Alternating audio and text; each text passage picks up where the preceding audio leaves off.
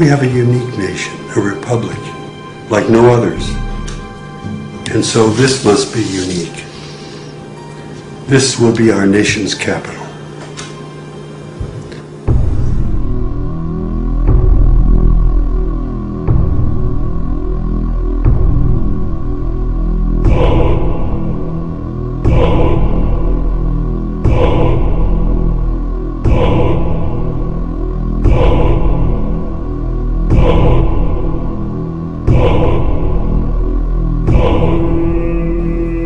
Clearly, a lot of the designers and architects of Washington, D.C. were Masons, starting with George Washington himself, who was a guiding force. I do not believe that there are any secret plans or designs related to Freemasonry. Well, it was definitely designed according to Masonic principles. The streets are laid out that way. The buildings are laid out that way. Conspiracists are always looking under their bed for evidence that there is some vast conspiracy. Masons may very well say that they really aren't influential as far as Washington, D.C. is concerned, and yet the cornerstone was laid by Masons. You see that the inverted five-pointed star, which is the goat of Mendes, built into the streets of Washington, D.C. No, there are no satanic plans in the street plans of Washington, D.C. There is a pentagram to the north of the White House. But the streets don't actually connect to form a pentagram. This is geometry. It happens. No one could have that happen accidentally. The anti-Masons want to show that there is some demonic conspiracy. It's Baal worship. That's what you're involved in. That is what Masonry is based upon, the power of the dragon. In a word, hogwash. When you want to talk about symbols and what they mean, you really have to look at who's authored these symbols. With symbols, there are always multiple levels. Symbols reveal and they conceal. And that's why they're used, and that's why they're so important. They reveal to those who have eyes to see and ears to hear. If I would have told you this 15 years ago, I might have gotten shot. When they're shooting at you, you know they're serious.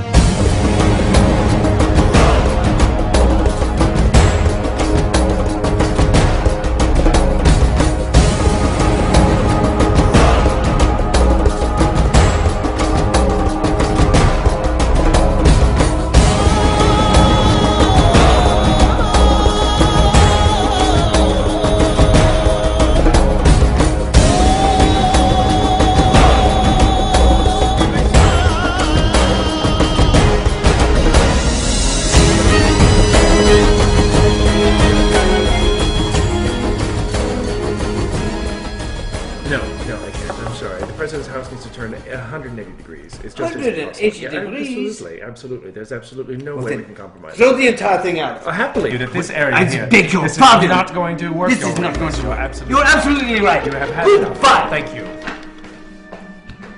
From its beginning, the design for Washington, D.C. has been a source of conflict and heated debate.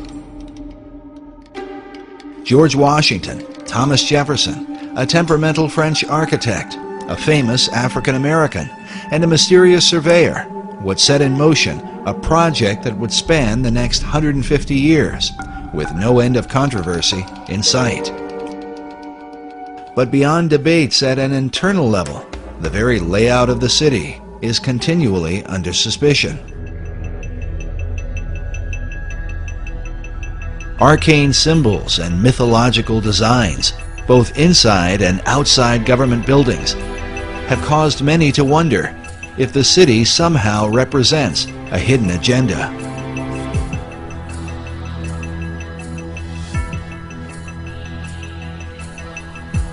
This becomes increasingly important as America's current place on the world stage ignites firestorms of controversy. As the United States is the most powerful nation on earth, many have wondered, what is America up to? Could the purpose of operations currently carried out by the U.S. government somehow be reflected in the design of its capital city? At the center of controversy are secret societies. Many of America's leaders have belonged to them right from the nation's beginning. Our current president, George W. Bush, has admitted to his membership in the mysterious Skull and Bones Society. You were both in Skull and Bones, the secret society. It's so secret we can't talk about it. What does that mean for America? The conspiracy theorists are going to go on. I'm sure they are. I don't know. I haven't seen the web. Number 322? Skull and Bones has to be the most powerful, one of the darkest of all secret societies that exists on this planet. It is about greed and it is about power. The idea for Skull and Bones is said to have come out of Germany in the early part of the 19th century. The society was founded at Yale University by William Huntington Russell, along with Attorney General and Secretary of War Alphonso Taft, whose son, William Howard Taft, would go on to become America's 27th president. Some believe the Society's foundation demonstrates a clear link with what may be the oldest society of all, Freemasonry. The Society is shown here in 1993, reenacting the laying of the cornerstone for the United States Capitol on the 200th anniversary of the event. Know all of you who hear me, we proclaim ourselves free and lawful Masons, true to the laws of our country, professing to revere God and to confer benefits upon mankind. This is the ceremony in which Senator Strom Thurmond, himself a 33rd degree Mason, took part. Senator Thurmond, we would like you to join in this. Since the William Morgan incident in 1826, when Americans uncovered a secret cabal working inside the government, the presence of Masonry in places of power has always sparked debate. But their influence in American government is undeniable. This is the same Bible upon which Presidents Clinton, Bush, Carter, and George Washington were inaugurated president. Of America's 43 presidents, at least 15 are confirmed Masons, though some say the number is even greater. In addition to the Capitol, the Freemasons have laid the cornerstone for every major building in Washington, D.C. The cornerstones of the President's House, known to us as the White House, the Washington Monument, the Smithsonian, Independence Hall in Philadelphia, incidentally by past Grand Master Benjamin Franklin, and Constitution Hall stand out among many others as outstanding examples of cornerstones which have been laid Masonically. The cornerstone of the United States Capitol, however, stands out above all buildings erected in the free world as the seat of government for our people. This bronze plaque, located inside the U.S. Capitol, marks the spot where the original cornerstone was laid by George Washington, the first American president and a Freemason. George Washington is probably the most famous Mason in the world. The George Washington Masonic Memorial is entirely dedicated to the idea of Washington as a Freemason. Now, we do know that Washington participated in the laying of the cornerstone of the United States Capitol as a Masonic ceremony, and he wore his regalia as a Master Mason. And he laid the cornerstone and performed the ceremony of laying the cornerstone. Washington's participation in the event was recorded by the newspaper of the time, the Columbian Mirror, which can still be obtained through the Library of Congress. Laying the cornerstones of buildings which serve mankind is one of the world's most ancient customs. The cornerstone laying ceremony predates Freemasonry, although its early symbolic purposes as a sacrifice to appease the gods or demons or whatever in prehistorical times. Of course, there's no application to why Freemasons do it. The corn, wine, and oil that we use for this are also ancient symbols. Corn is the symbol of plenty, wine the symbol of refreshment, and oil the symbol of joy and gladness. While Masonry maintains these symbols as a representation of blessing, there are some who believe they hold a more hidden meaning. with symbols, there are always multiple levels, up to 7 different levels of interpretation with every particular symbol. Corn is an important symbol in Masonry and is one found repeatedly in Washington, D.C. But what sort of hidden meaning could apply to corn?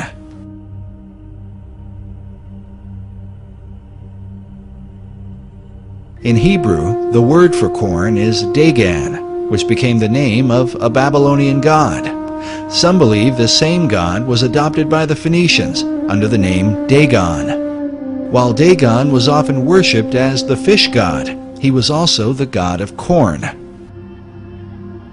His son was known as Baal, who was often called the son of Dagon or the son of corn.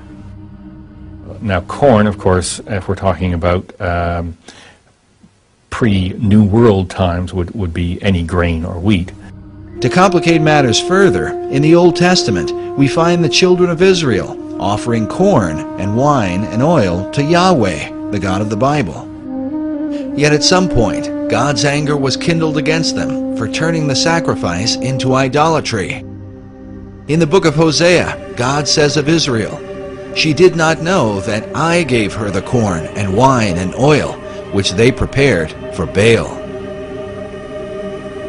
Notice again this Phoenician version of Baal, as a bearded man with strong features. Could Baal have been the model for the bearded male images that appear throughout Washington, D.C.?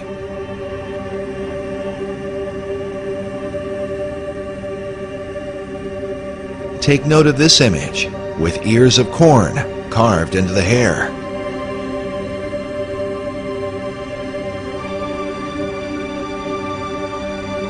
According to legend, Baal was once slain by the god of death and taken into the underworld. But at some point, he was resurrected, or as it is sometimes called, awakened. At Haynes Point in Washington, D.C.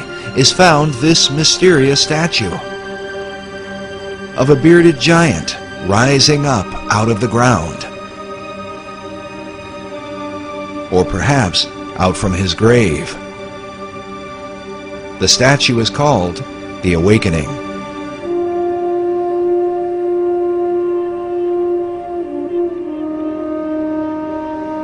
According to the Masonic Encyclopedia, another symbol for resurrection is the Egyptian obelisk, which is the shape of the Washington Monument.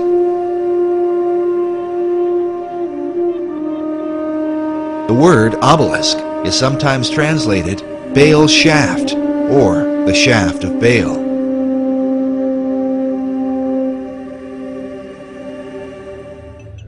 As a result, critics of Masonry argue that Baal, not Yahweh, is the real God to whom Masons perform their ceremony. It's not until you get to the Royal Arts degree that all of a sudden you realize who God is, or what the name of God is. It's hidden for a long time. In fact, you're told that there's this hidden word you're supposed to search for. It's not until you finally get to that degree that you realize that His name is revealed. It's believed that at the higher levels, the Masons secretly worship Baal under a hidden and unusual name. As you go higher up in the Masonry, you learn the secret name of God, which is a secret and the lost word that the Masons in the Blue Lodge seek. They already know it. It's Jobulon. It's a combination of Jehovah, Baal, and Osiris. It's a deity that is not the God of Abraham, Isaac, and Jacob. But nowhere in that Scottish Rite degree, and I have to stress that this is an additional degree, this is not a part of regular craft Freemasonry, nowhere in that additional degree is there ever any suggestion that Jubelon is the name of a god. What it is a amalgam of 3 different words, which in ancient languages was the word for God. Coyle's Encyclopedia of Freemasonry, he admits on page 516 that Jebulon is basically a composite of 3 different names of different gods.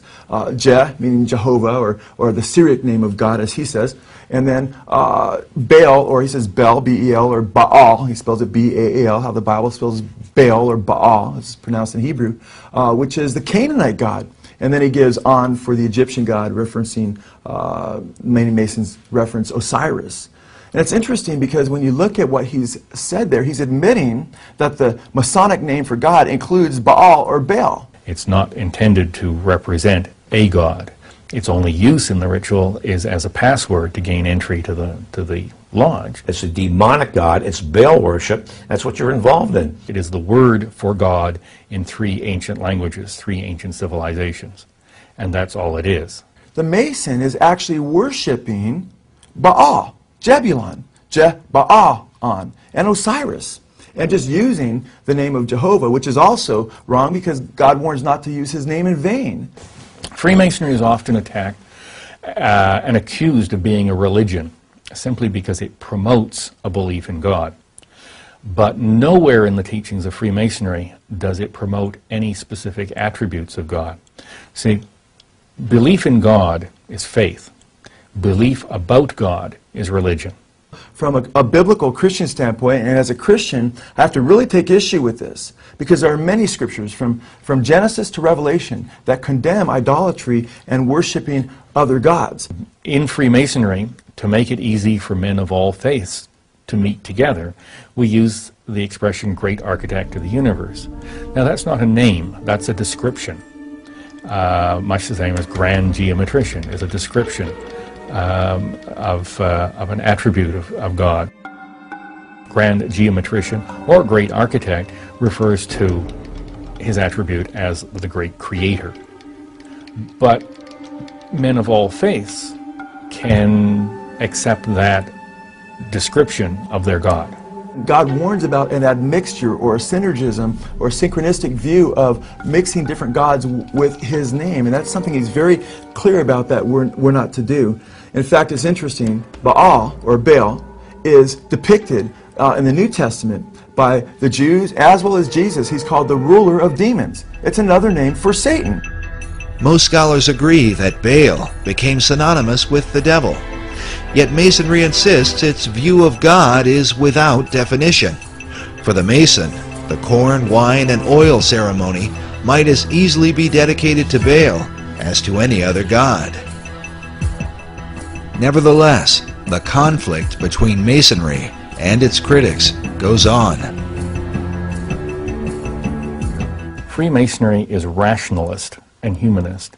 It is not superstitious, and it is not involved in the occult. A lot of Masons don't have a clue as to the fact that the Masonic God is basically Satan. I think that's supremely arrogant of anyone who's not a Mason to believe they know more about Freemasonry than a Mason does. May corn, wine, and oil, and all the necessaries of life abound among the people of the world. And may this building be continued and preserved to the latest ages. What do these things really signify? Could it be an occult ceremony representing some sort of demonic conspiracy, as some suggest? Or is it merely a harmless practice to honor an ancient tradition? To investigate these things, we first review the beliefs of the secret societies that came to America. It is clear that the arcane symbolism in Washington, D.C. begins with them. When you want to talk about symbols and what they mean, you really have to look at who's authored these symbols, what was their intentions. Well, I think it's obvious that anybody who has the eyes to see can see that Washington, D.C., and indeed many other state capitals are festooned with occult symbols. Because these symbols come from the esoteric realm, it is important to define them according to the thinking of occult philosophers. Symbols reveal and they conceal, and that's why they're used and that's why they're so important. They reveal to those who have eyes to see and ears to hear, and they conceal from those who do not have the eyes to see or ears to hear. In the book, Masonic and Occult Symbols Illustrated, we find this quote from Masonic author Charles G. Berger, who says that symbols came to have two meanings, the esoteric and the exoteric.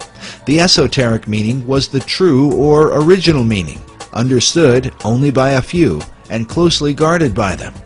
The exoteric meaning was the invented or modified explanation intended for the many. This practice dates back to ancient Egypt and is explained by Dr. Robert Hieronymus, a member of a secret society called Co-Masonry, and author of the book Founding Fathers, Secret Societies. As with all secret societies, you have levels, and if you're on the lower levels, you don't even know they're upper levels. They don't even tell you.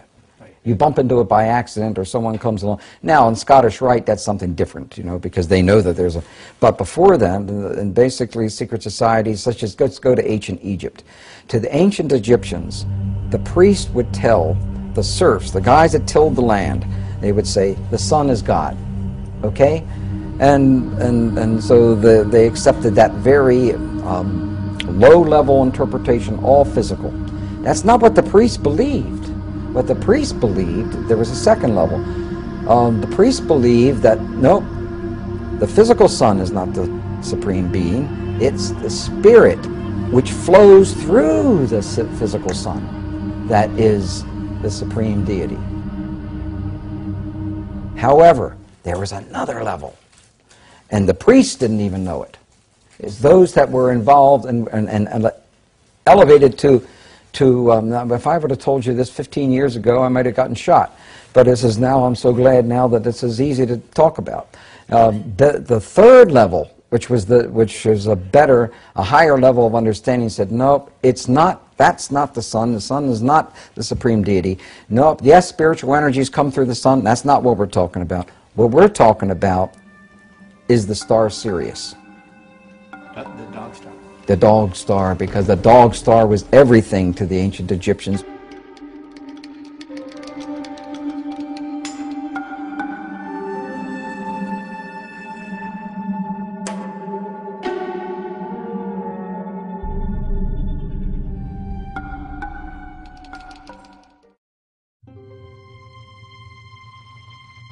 Sirius is said to have been the most important star in the ancient world.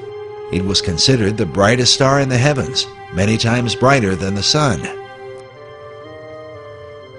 The Great Pyramid was built to synchronize with Sirius, so that the light of this star would shine into the Queen's chamber, supposedly to cast a beam upon an initiate during a ritual. Sirius is considered to be the dog star. It's considered to be the most evil star in the Egyptian pantheon. And the reason for this is because in ancient Egypt they depended on the Nile. And during the time when Sirius is in its ascendancy, which is in late July and early August, was the time of drought. It was a time when the Nile was at its most weak in terms of being able to be used for crops. And so the Egyptians thought this as a time of blasted blight, drought, and evil. It seems strange then that Sirius should be related to the founding of America. According to Masonic author David Oveson, the Declaration of Independence was signed when the sun was in alignment with Sirius in July of 1776. It is, however, appropriate that Sirius should be related to the most Egyptian-styled icon in America's capital city, the Washington Monument. Oveson writes that in 1848, when the cornerstone of the Washington Monument was laid, the sun would have passed over Sirius. He goes on to say that in the course of the ceremonial, the star Sirius would have been seen on the eastern horizon. It would have been rising over the Capitol building to the east of the monument. The monument itself was originally designed by Freemason architect Robert Mills. Mills was trained by two fellow Masons, James Hoban, who designed the White House, and Benjamin Latrobe, who designed the U.S. Capitol. Mills' original design seemed to combine the whole pantheon of pagan mysteries, an Egyptian-style obelisk surrounded by a Roman colonnade with Greco-Roman-looking statues all around it. According to the original plan, the monument should have been built directly south of the White House. But as with every plan, things change. When they went to build it, and when they calculated what the weight of the monument was going to be, they determined that that precise spot, that the foundations and the bedrock at that precise location would not safely support the weight of the monument. As a result, the monument was shifted slightly to the east. While it is not in a perfect alignment with the White House, it would end up in a perfect north-south alignment with the Masonic House of the Temple, which was built some years later. The construction for the Washington Monument began on July 4, 1848, with the laying of the monument's cornerstone by Freemasonic President James K. Polk. The project itself would take over 30 years to complete, during which time funding for the project would be scarce, the American Civil War would take place, and many ideas about the monument would develop. When the aluminum capstone was finally set on December 6, 1884, the end result would be a much simpler and more Egyptian figure than was first envisioned. The shift in design was the influence of George Perkins Marsh, the man considered the father of the modern environmentalist movement. In 1876, Marsh was the U.S. minister to Italy. While there, he spent years studying the many obelisks which had been brought from Egypt. It was he who realized that the height of a traditional Egyptian obelisk was approximately 10 times the base, causing the plan for the Washington Monument to be reduced from 600 feet to 555 feet. As for the colonnade and statues planned by Mills, Marsh wrote, "Throw out all the gingerbread of the Mills design and keep only the obelisk." While a true obelisk is fashioned from a single block of stone, the Washington Monument is made up of many stones. The hope of the Washington Monument Society was that the structure would reflect the idea of, out of many, one.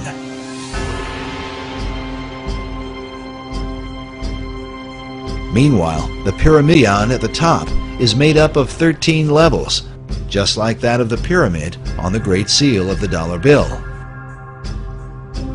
But mysteries abound with the monument, not the least of which is the presence of a 12-foot obelisk beneath a manhole just a few hundred feet away from the Washington Monument. It appears to be a miniature replica of the monument itself, but as to why it is there, no one seems to know. Yet like the pyramid on the US dollar, this obelisk is missing a capstone. Meanwhile, Masonic author David Oveson is convinced that the Freemasons who signed the Declaration of Independence on July 4th and who laid the cornerstone for the Washington Monument on that same date would have been familiar with the rising of the Egyptian dog star Sirius, as it is an important symbol in Freemasonry. Interesting thing about all of Freemasonry is that symbolism is ultimately very important. They don't put a lodge in the east because it's a nice place and it looks good. They put it in the east. The masters have put it in the east, so because it's the rising sun. It's the rising sun. You're catching the energies of the light. As Dr. Hieronymus revealed earlier, the real light shining in the east for the Egyptians was not merely the sun, but the light of the dog star, Sirius, which some believe holds a more sinister implication. This dog star also has relations to the idea of modern-day ceremonial magic and modern-day Masonry. This was especially true for 20th century occultist and Freemason Aleister Crowley, who openly practiced ceremonial magic and was a member of a secret order called the Order of the Silver Star. The Silver Star was a reference to Sirius. Masons teach that at the center of every Masonic lodge there's a five-pointed star right underneath the altar upon which the candidate is obligated. But the thing is, what they don't tell you is that five-pointed star represents Sirius, which is regarded as a satanic symbol.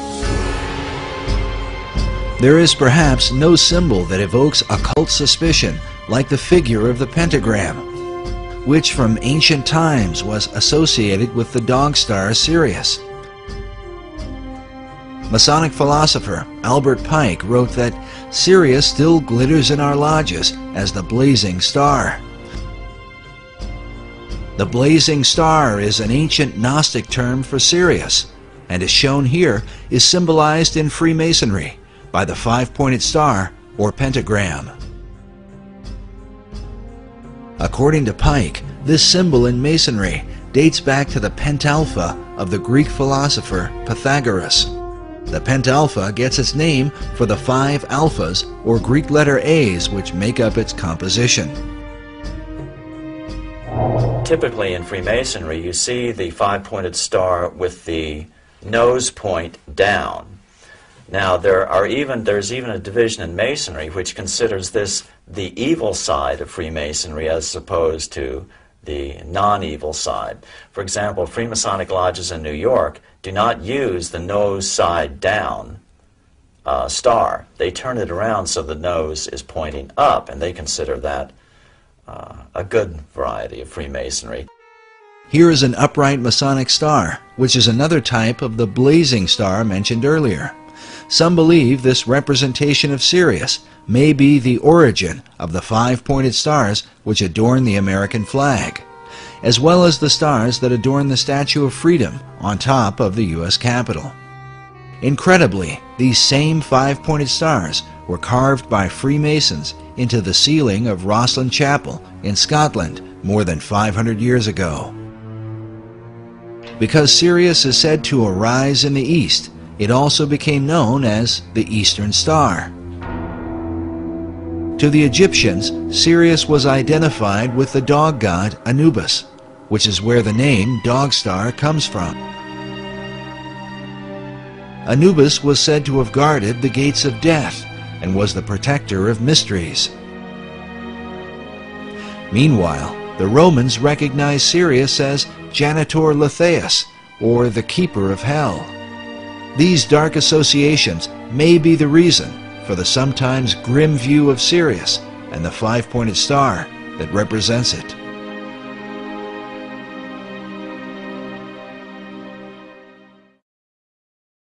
But Sirius was also associated with the Egyptian goddess Isis, and here, as we connect the dots, a more complete picture begins to emerge. For the Egyptians, the rising of Sirius in the east preceded the annual flooding of the Nile River, which for them was a magical event. It was also the time that the goddess Isis would appear and give birth to Horus, the divine child of the Egyptian Trinity. The all-seeing eye is also called the Eye of Horus, and in Freemasonry, Horus symbolizes the Masonic concept of a Christ. This is further represented by the hieroglyph used to denote Sirius. Notice the three symbols, an obelisk, a star, and a half circle. According to Egyptologists, the half circle is used to denote what is called the benben, or the capstone used atop the pyramids. Throughout all history, it has been said that the capstone to the Great Pyramid of Egypt has been missing, which is why the all-seeing eye of Horus floats in its place above the pyramid on the back of the dollar bill. According to occult philosophers, the light which illuminates the eye comes not from the sun, but from the dog star Sirius, as is demonstrated by this illustration of the blazing star of Masonry, centered by an all-seeing eye. As Robert Balville writes, in many esoteric traditions, the return of the capstone of the Great Pyramid will signal the return of the Great Initiate, which, according to many prophecies, signifies the return of the Christ.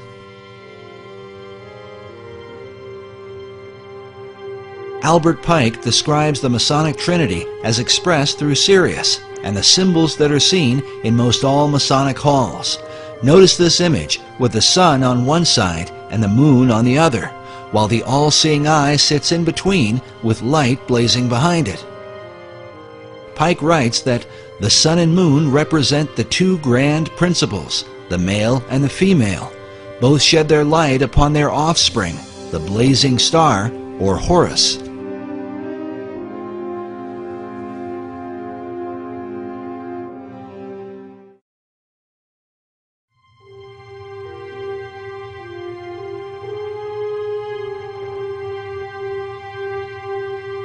These philosophies have been known and practiced by secret societies for many centuries.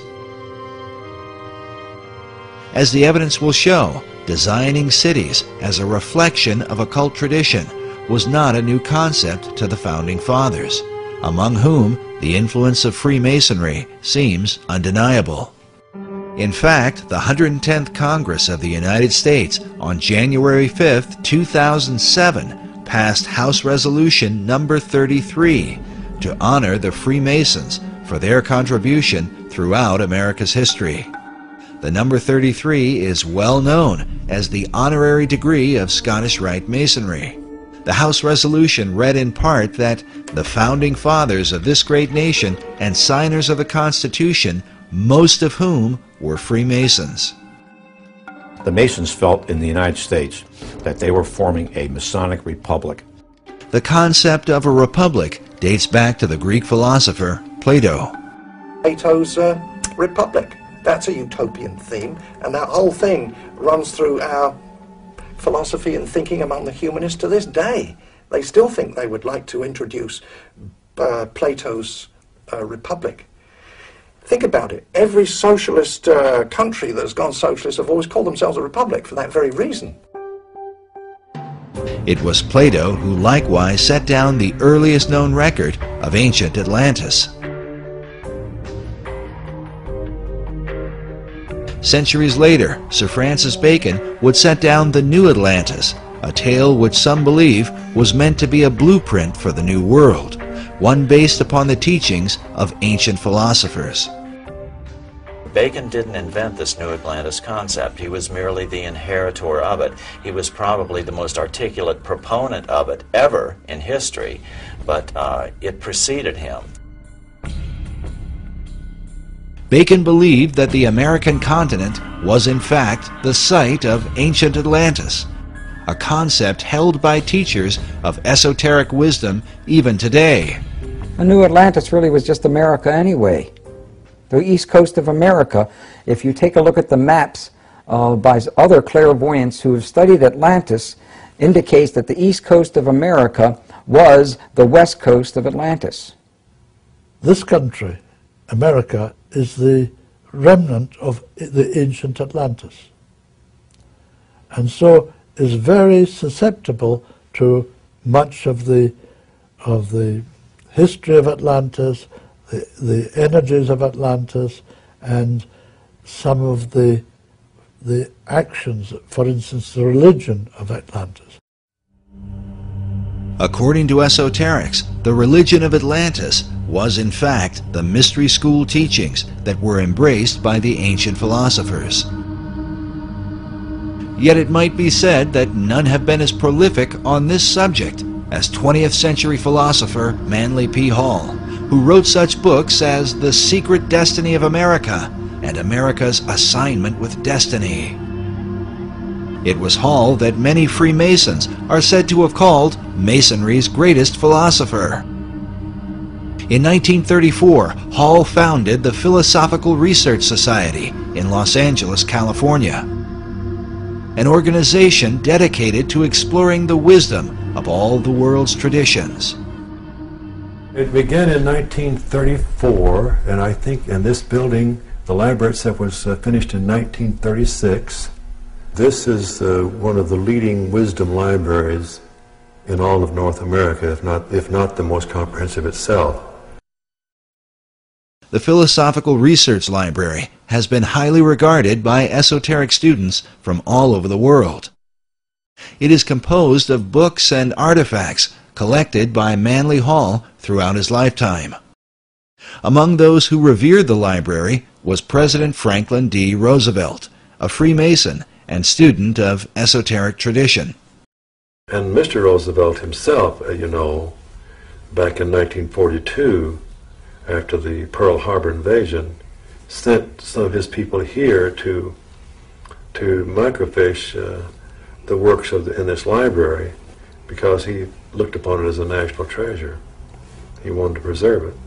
When Hall died in 1990, his role as president of the society was succeeded by Dr. Obadiah Harris. Manley Hall, who was a young Canadian philosopher, sage type, envisioned re-establishing what he called the little Alexandrian library, which was, as you know, destroyed. He was very fortunate in that as he was giving a talk, he was still in his early 20s, a baroness, oil baroness from Ventura, who owned most of the oil wells in Ventura County, told him that she was going to take care of him for the rest of his life, that no matter what he needed, let her know that she would see that he got it. And she wasn't really joking, because I've looked at the records, and back in the early 30s, when most of the country was in depression, I don't know if California was really in one, but most of the world, the country was, she was giving him $50,000 and $100,000 at a time to go around and search out this wisdom literature in manuscript form and in book form. This proves interesting because much of Hall's highly financed research was dedicated to investigating the founding and purpose of America. Through his research, Hall became convinced that America had a secret destiny that was known by the arcane societies of the ancient world. Was it this information that compelled FDR to preserve Hall's literature? Like Hall, FDR also believed that America had a rendezvous with destiny. Hall's connections to the White House and FDR are mysterious, but do not end with the library. Hall was also involved with a mysterious Russian mystic named Nicholas Roerich. Roerich was a Rosicrucian and member of the Theosophical Society. He was said to be a kind of spiritual mentor to Henry Wallace, a 32nd degree Mason who would become FDR's vice president. It was Roerich's influence that inspired Wallace and ultimately FDR to place the Great Seal of the United States on the back of the dollar bill, with the words Novus Ordo Seclorum, the new order of the ages. Dr. Harris, will you tell us about this statue here?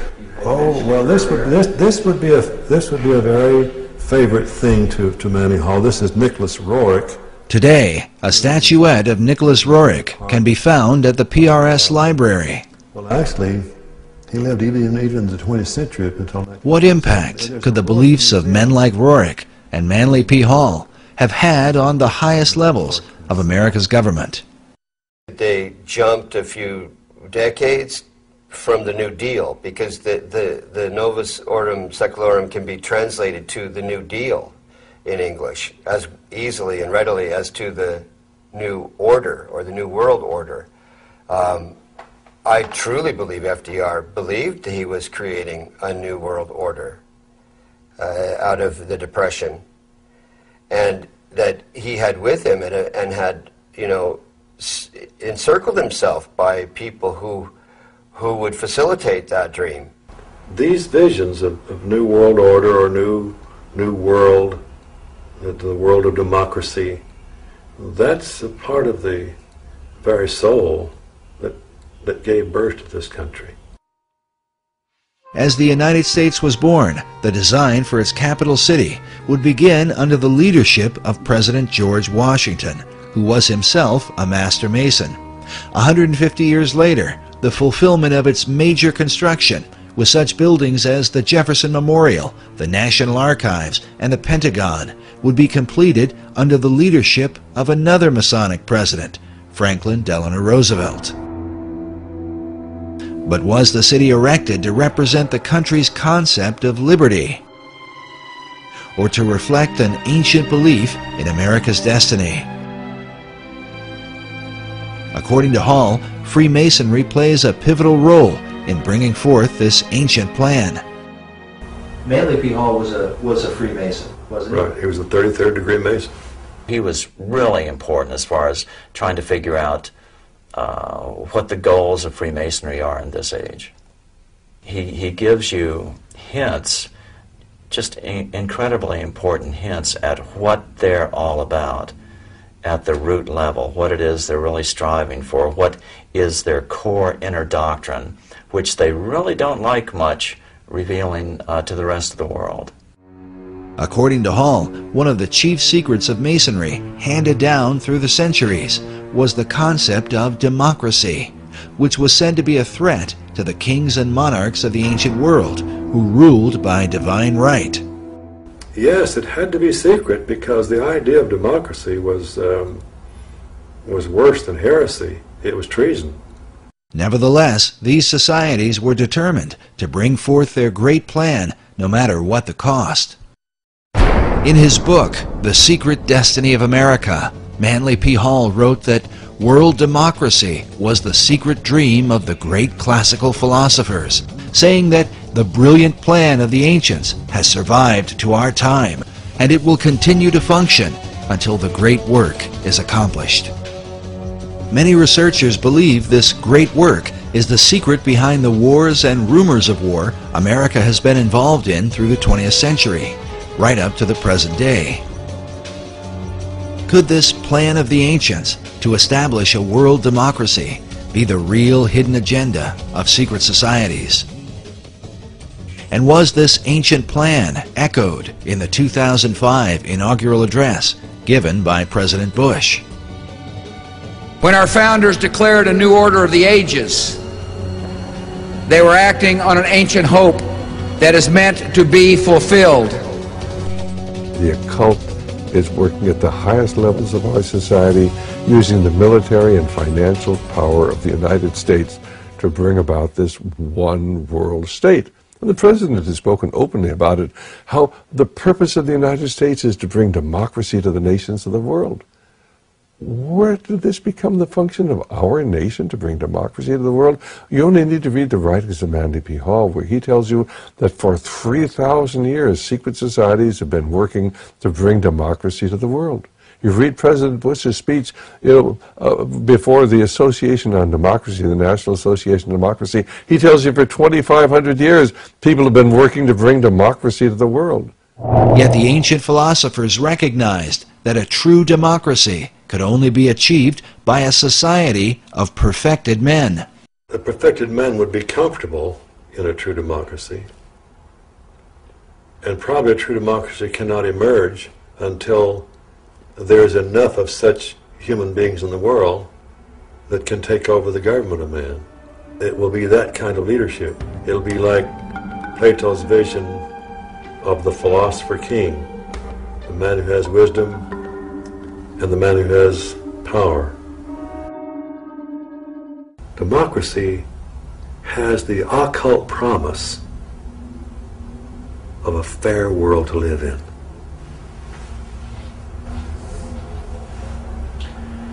Now, you mentioned the occult promise. How would you define a term like that for an audience who's...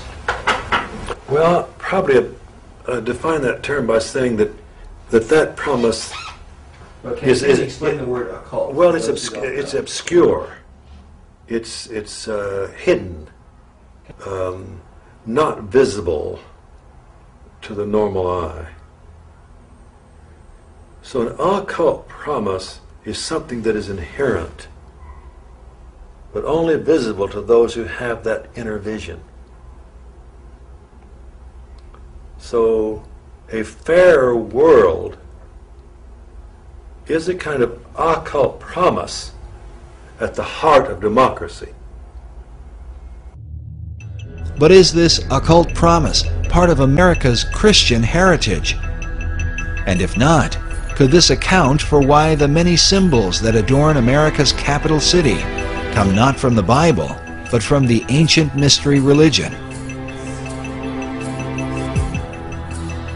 And if America were really, truly a Christian nation, what would all of these mythological characters be in our city? Certainly the Christian influence was very strong. From the Christian point of view, we were formed as a Christian nation.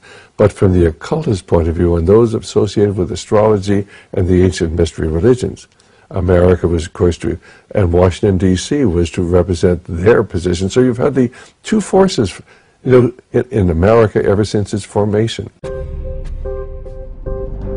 While it seems that most of America's leaders have upheld Christian ideals, their reason for doing so is often questioned. If they were Christians, why would they erect monuments to pagan gods and goddesses? And if they were pagans, why confess to Christian ideals? Manley Hall suggests the reason may have been one of self-preservation. He argues that because of the persecutions of organized religion in the Old World, the secret societies employed even greater methods of secrecy to protect their occult philosophies, making themselves sound as though their beliefs had to do with Christianity, which was the dominant belief in Europe, and eventually America. He says the pagan intellectuals reclothed their original ideas in a garment of Christian phraseology, but bestowed the keys of the symbolism only upon those duly initiated and bound to secrecy. It is for this reason that all secret societies have an initiation process whereby members are bound by blood oaths not to reveal the secrets of the order. A chief factor that contributes to confusion about the beliefs of America's founders is the presence of Rosicrucianism. The Rosicrucians are a mystical, arcane society that played a major role in the development of Freemasonry. The rose and cross, which symbolize the society, are also the source of its confusion. The rose is the symbol of secrecy and represents the pagan mystery religions, while the cross symbolizes Christianity. Rosicrucianism is when the two are combined. Because of this, one can begin to understand how a man like Charles Thomson could be famous for his English translation of the Old and New Testaments, and at the same time approve the design of the Great Seal for the United States, with the all-seeing eye of Horus floating over an Egyptian pyramid.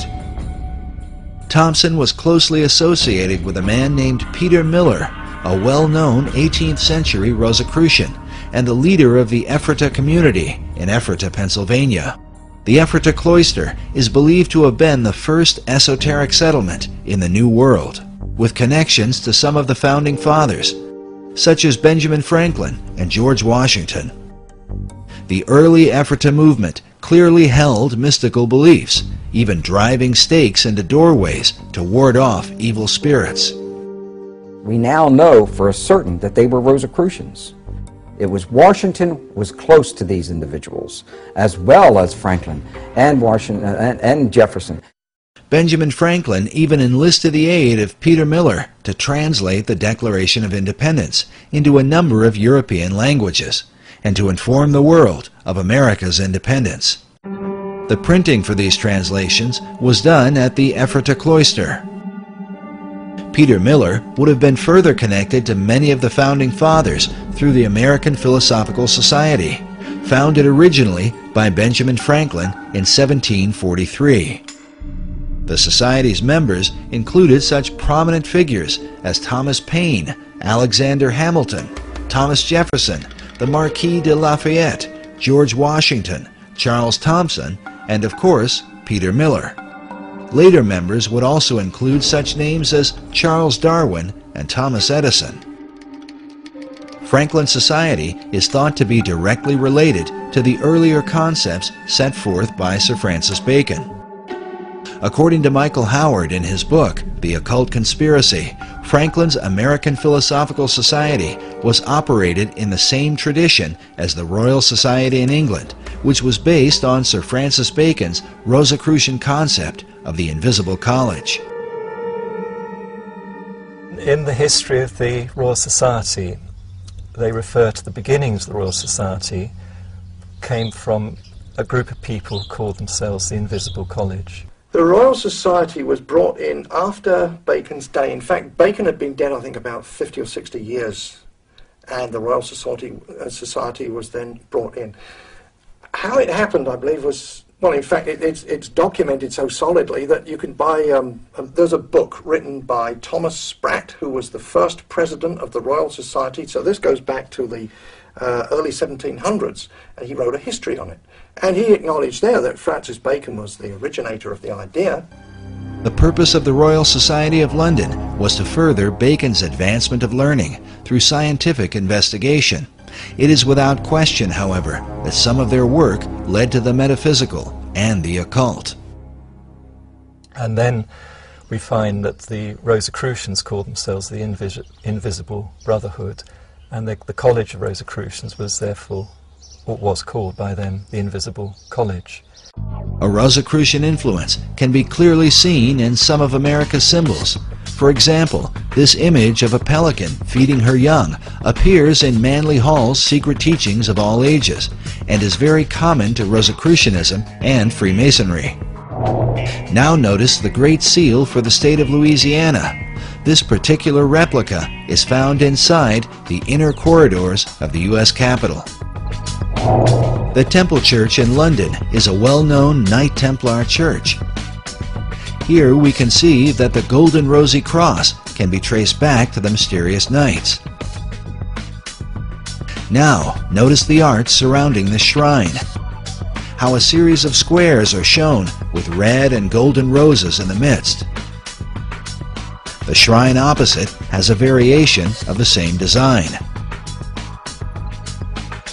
Now consider this same pattern as it appears throughout the interior of the state capitol.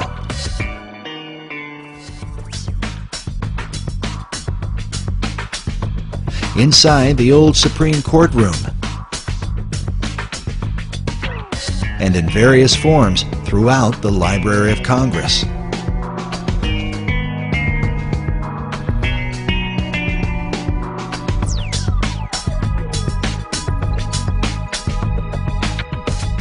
Sir Francis Bacon became the chief of the Rosicrucians in England. His famous saying, "Knowledge is power," is found written inside the Library of Congress, while a statue of Bacon can be seen on the upper level. Elsewhere in the main library is a Baconian passage from his collection of essays. It reads, "The inquiry, knowledge, and belief of truth is the sovereign good of human nature." This saying is found over a statue representing philosophy.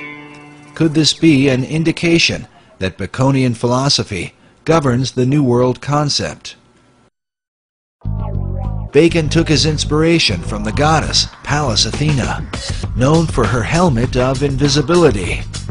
Pallas Athena images also turn up throughout Washington, D.C.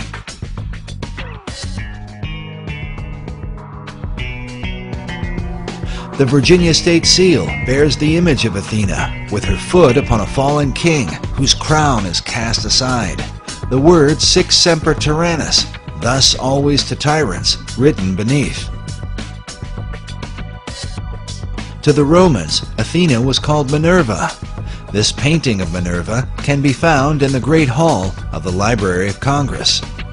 At 15.5 feet high, it is the most imposing image in the room. Notice she holds a spear that comes like a ray of light from the sun, with a traditional helmet of Athena at her feet. This particular work was done by 19th century artist Elihu Vedder. Vedder was known as a symbolist painter whose style was part of a movement that can be traced to France during the 19th century and an art house called the Salon de la Rose Croix.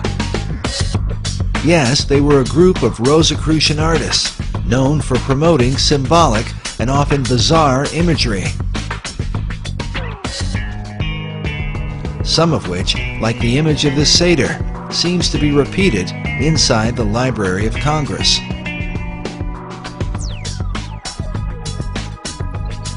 It's not clear if Vedder himself was a Rosicrucian, but one of his chief influences certainly was. William Butler Yeats was a prominent member of the Golden Dawn, a Rosicrucian secret society. Yeats, along with Irish mystic William Blake, are said to be two of Vedder's leading inspirations. Vedder's own occult themes are filled with haunting, esoteric imagery, like this work, which is called The Cup of Death. In addition to Minerva, Vedder was commissioned to do a series of paintings illustrating government, which can be found at the east end of the Great Hall in the Library of Congress. Now let's look again at this image from the Salon de la Rose-Croix. It pictures Leonardo da Vinci on the right, dressed like Joseph of Arimathea, whom occultists believe was the original cupbearer for the Holy Grail. Beside him is Dante Alighieri, dressed as a Knight Templar. By now, most people are familiar with Da Vinci's arcane background thanks to Dan Brown's Da Vinci Code. Most are also familiar with Dante's Inferno, representing the many circles of hell. But according to Michael Howard, Dante was no ordinary writer. He was in fact a Rosicrucian Grand Master who wove Rosicrucian philosophies into his writings. Masonic philosopher Albert Pike wrote that it was Dante who first publicly expounded the symbol of the Rose Cross. Something partly seen in William Blake's sketch of Dante's Paradise, with a cross in the center. But now look at this drawing done by famed artist Gustave Doré. The title of Doré's illustration is, quote, "The Saintly Throng in the Form of a Rose." This statue of Dante, holding a copy of his Divine Comedy, is found in Meridian Hill Park in Washington, D.C. This is the same park that is said to have marked the sacred 77th meridian upon which Washington, D.C. was built.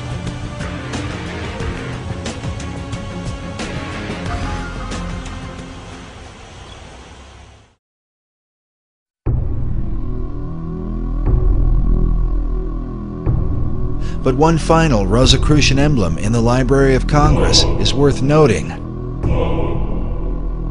High up in the ceiling, in between two faunish-looking figures with serpents for legs, is what appears to be a traditional crucifixion. But behind the Christ-like figure on the cross is a black, double-headed phoenix.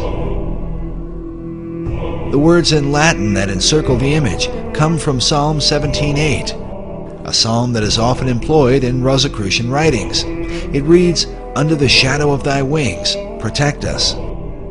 The question is, whose wings are providing the protection?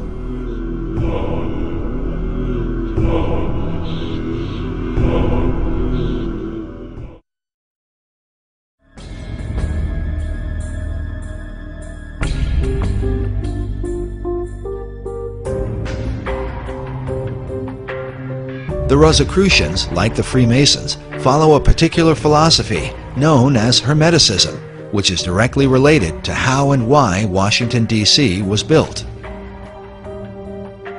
The origin of this philosophy dates back to the deepest recesses of the ancient world, and to what has been one of the most dominant subjects in archaeological and metaphysical research through the 19th and 20th centuries, the lost empire of Atlantis.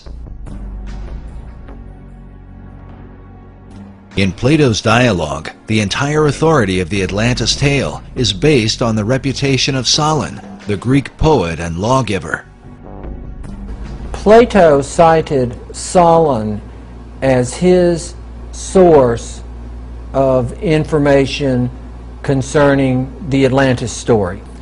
And Solon said that he got his information about the Atlantis story from the priesthood of ancient Egypt during his time there, which was extensive.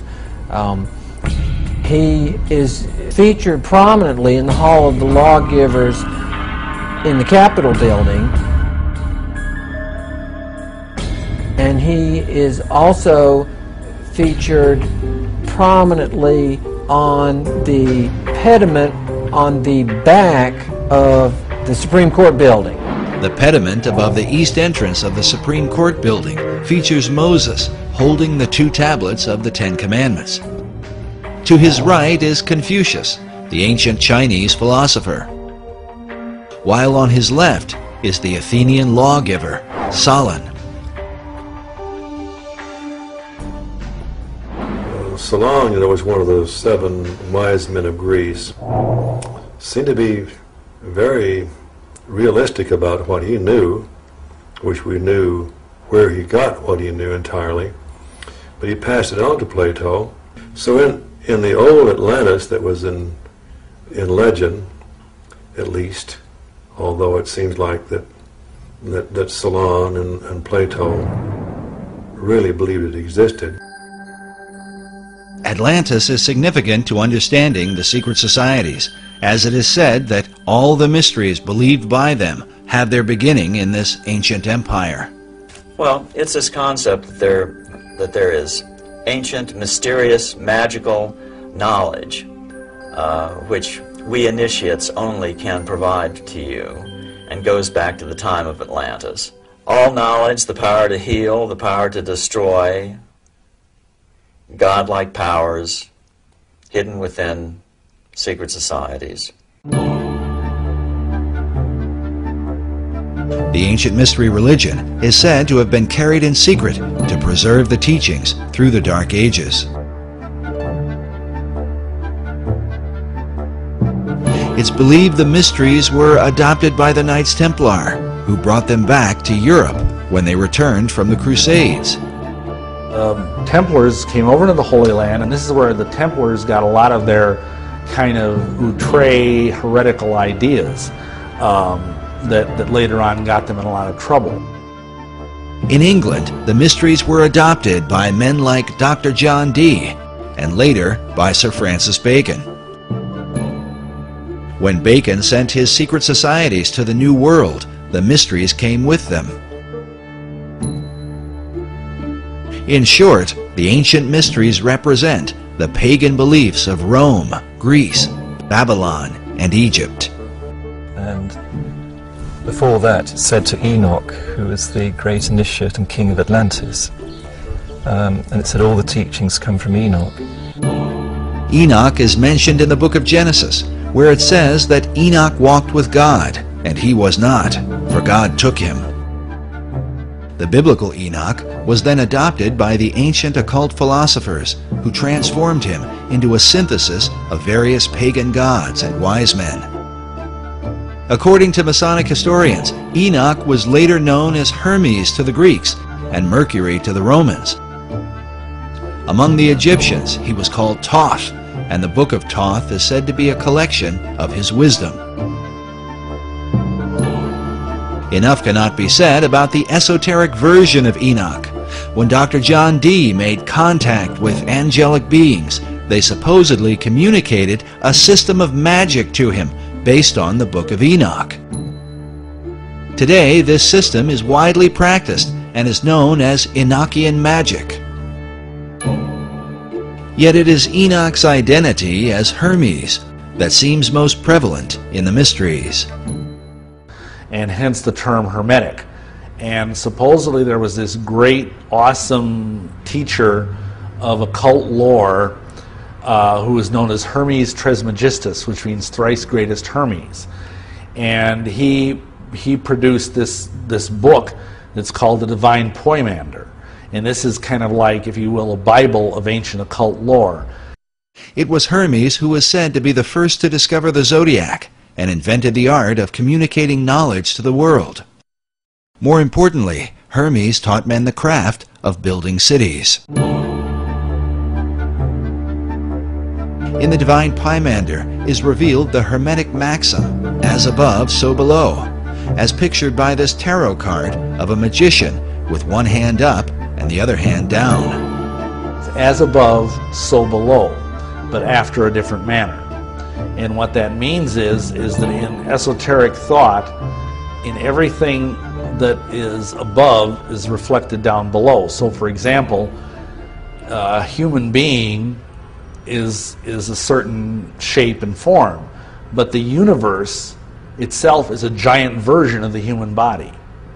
And that everything that is down here has a supernal, macrocosmic, if you will, origin. And that's one of the essential concepts in the occult.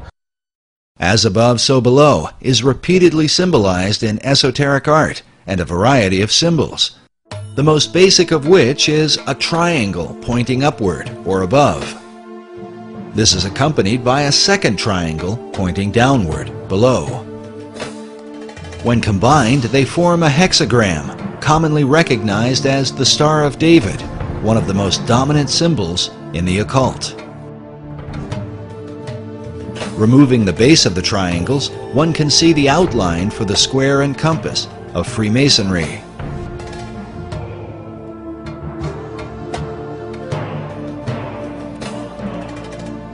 This next image shows what Manley Hall called the God of Reflections.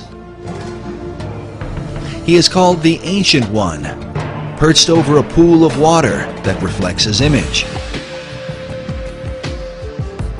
Notice also how the placement of his arms and the crown upon his head form two triangles like a Star of David, while on his chest is a Maltese cross positioned upward and then reflected again down below. Esoterics believe this same principle of reflection can be found in nature, with bodies of water providing a mirror as a picture of the Hermetic maxim. With this in mind, consider the placement of the reflecting pools in our nation's capital. Before the Washington Monument, the U.S. Capitol, the Lincoln Memorial, and the Supreme Court.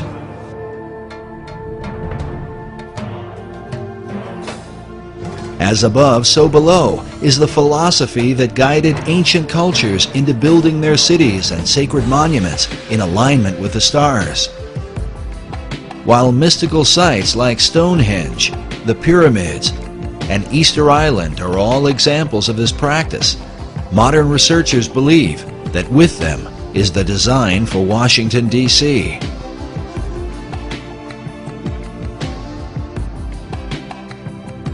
As above, so below. All those individuals that were involved in any type of architecture to the ancients, that philosophy, that dictum, especially in Freemasonry, was as above, so below. What you have in the heavens should reflect, at a certain period of time, that which is on the earth. So Washington, D.C., in my opinion, has some very strong, powerful spiritual energies because of the lining up of these buildings to various stars.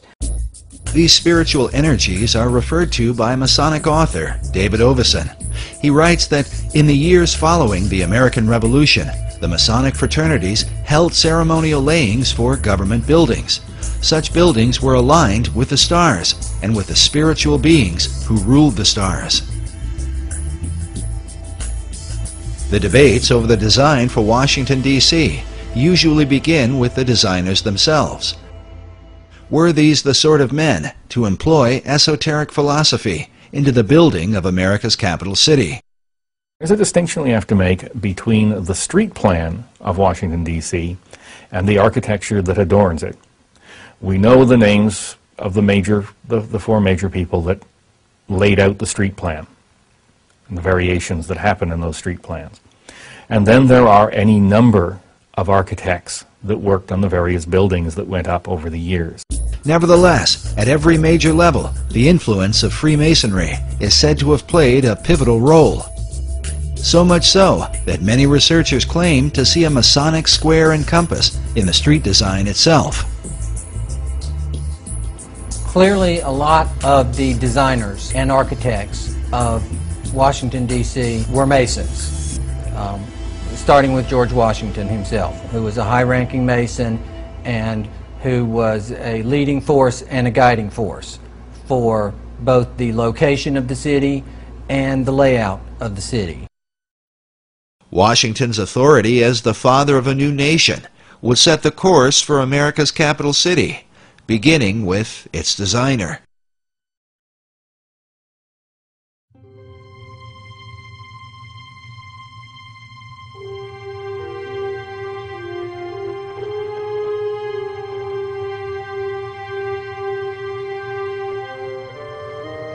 George Washington was still president during the time that the plan for the city was conceived. Washington had commissioned Major Pierre Charles L'Enfant to work out the initial street design. L'Enfant had come from France with the Marquis de Lafayette and served with Washington during the Revolutionary War as one of his officers. He was known as a temperamental Frenchman, sometimes difficult, if not impossible, to work with. He, as I understand it, felt very strongly about the plan that he developed for the street layout of the city.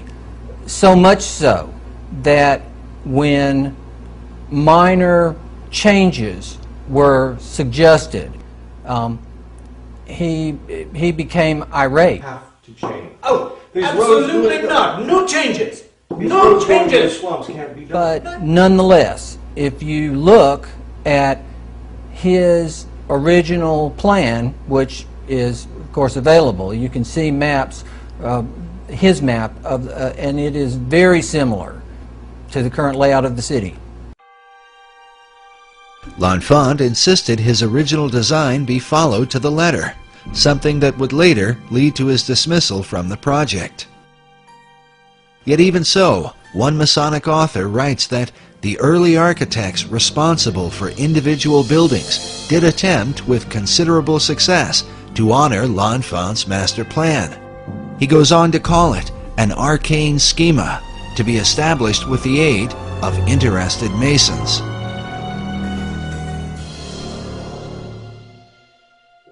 Yet in the planning stages, L'Enfant was particularly at odds with Thomas Jefferson. These guys had a terrible, they just did not get along. Jefferson, of course, was a very important part of the designing of Washington, D.C. Jefferson himself, along with Benjamin Franklin, was said to be deeply involved in astronomy.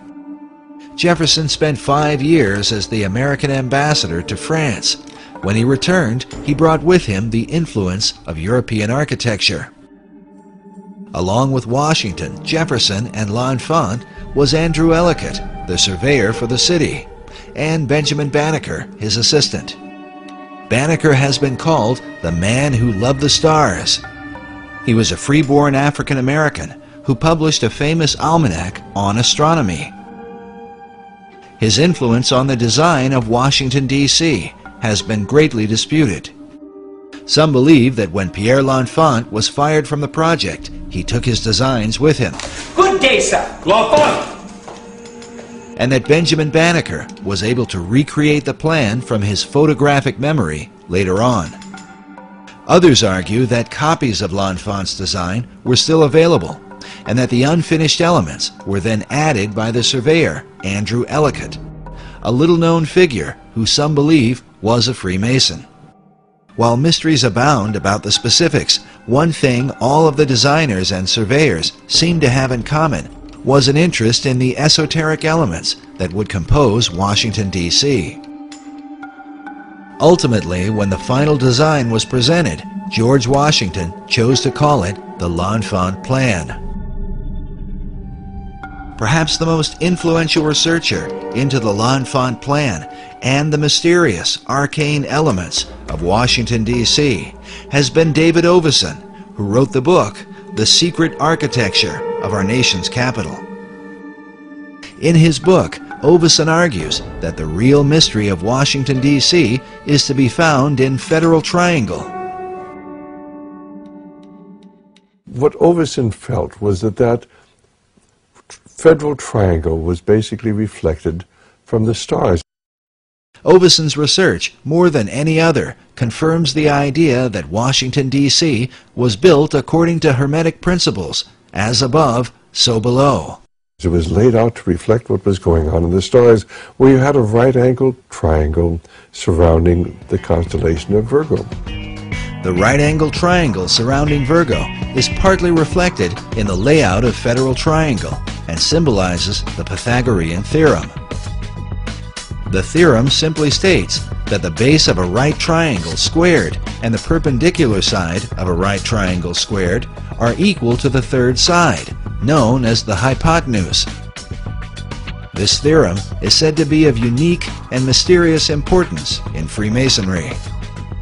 It's interesting that in the third degree of Masonry, the Master Mason candidate is given several lectures.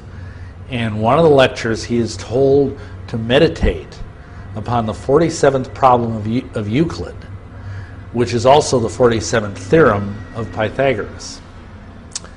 And it's also known as the Pythagorean Theorem, which is the sum of the square of the hypotenuse is equal to the sum of the square of the other two sides in a right triangle. And of course everybody goes, huh? You know, what's that got to do with anything? But it sounds really impressive. And of course it's never explained. You have to go and look it up. You have to take the initiative and go into a Masonic library or a Scottish Rite library. Fortunately, there was a huge one in Milwaukee where I lived. And then you learn what they're being told. What they're being told is that, again, symbols have different levels of meaning. And, for example, the upright part of a right triangle symbolizes Baal.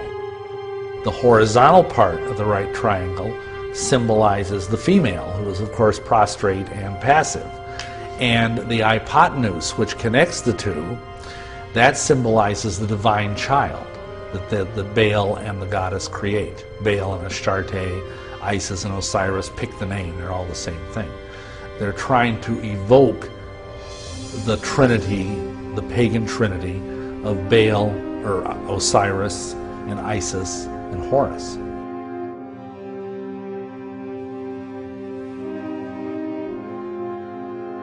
The squared elements of this Pythagorean trinity resemble the letter Y. In his book, David Oveson suggests that Washington, D.C. was intentionally placed at the split of the Potomac and Eastern rivers to symbolize this Pythagorean Y.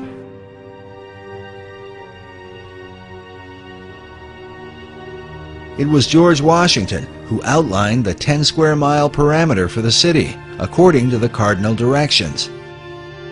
But Oveson's principal theory is that in L'Enfant's original plan, the White House, Washington Monument, and Capitol Building were designed in a right triangle, according to a star pattern above, where 3 stars surround the constellation Virgo, forming a stellar triangle. According to Oveson, the federal triangle actually exists within this greater triangle, but with the same purpose. This Hermetic symbolism, above and below, is intended to draw upon the spiritual energies associated with Virgo. But for what purpose? Could it be that as Isis brings forth Horus, so the energies of the Virgin are intended to bring forth the divine child? Oveson refers to Pennsylvania Avenue as the spiritual center of Washington, D.C., partly because it forms a direct line between the Capitol Building and the White House, but also because Pennsylvania Avenue is the hypotenuse of the federal triangle and symbolizes the divine offspring of the pagan trinity.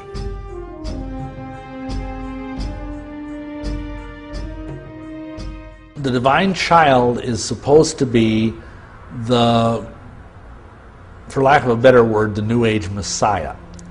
He's supposed to be the product of the coming together of the cosmic feminine forces and the cosmic masculine forces to produce a synergy.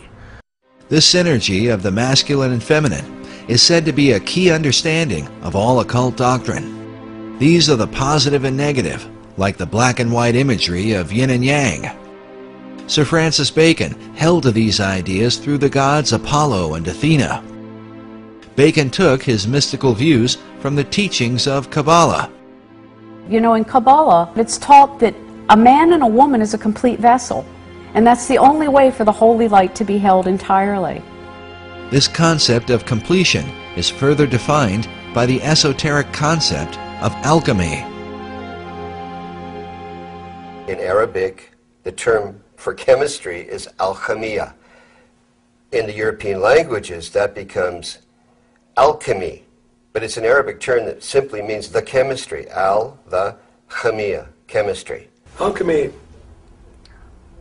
is like divine chemistry. You could use that as a term. It's about transformation. It's about transformation of the lower self to the higher self. Some use the symbolic expression of lead to gold. This divine chemistry is sometimes called the chemical marriage or wedding. In the 17th century, the Rosicrucian order put forth a document called The Chemical Wedding of Christian Rosenkreuz. A Rosicrucian website explains the purpose of the tale, saying that alchemy is based on the view that man, as a result of the loss of his original Adamic state, is divided within himself. He regains his integral nature only when the two powers are again reconciled with one another. And so, just as there was an Adam and Eve, there's a husband and a wife, there's a man and a woman, because it's two different qualities, positive and negative, and together they make the whole.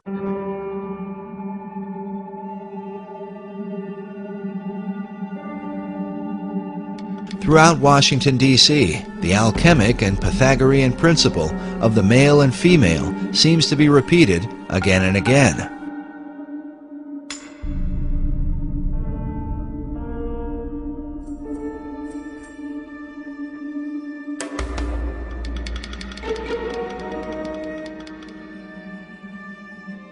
Notice here the James Buchanan Monument, with a male figure to one side and a female to the other,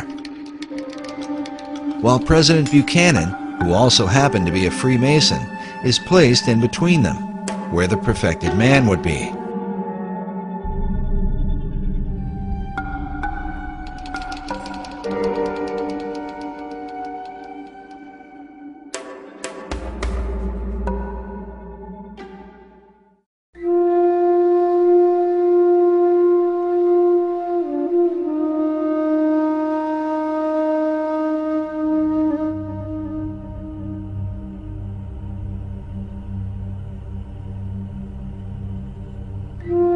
But perhaps the clearest single representation of this Pythagorean alchemical formula is the Boy Scout Memorial found on 15th Street between E Street and Constitution Avenue.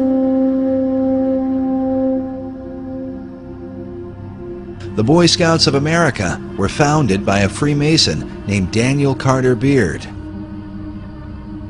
And so it seems only fitting that the Boy Scout Memorial would be a kind of American Trinity, where the Boy Scout himself stands in the place of the divine offspring.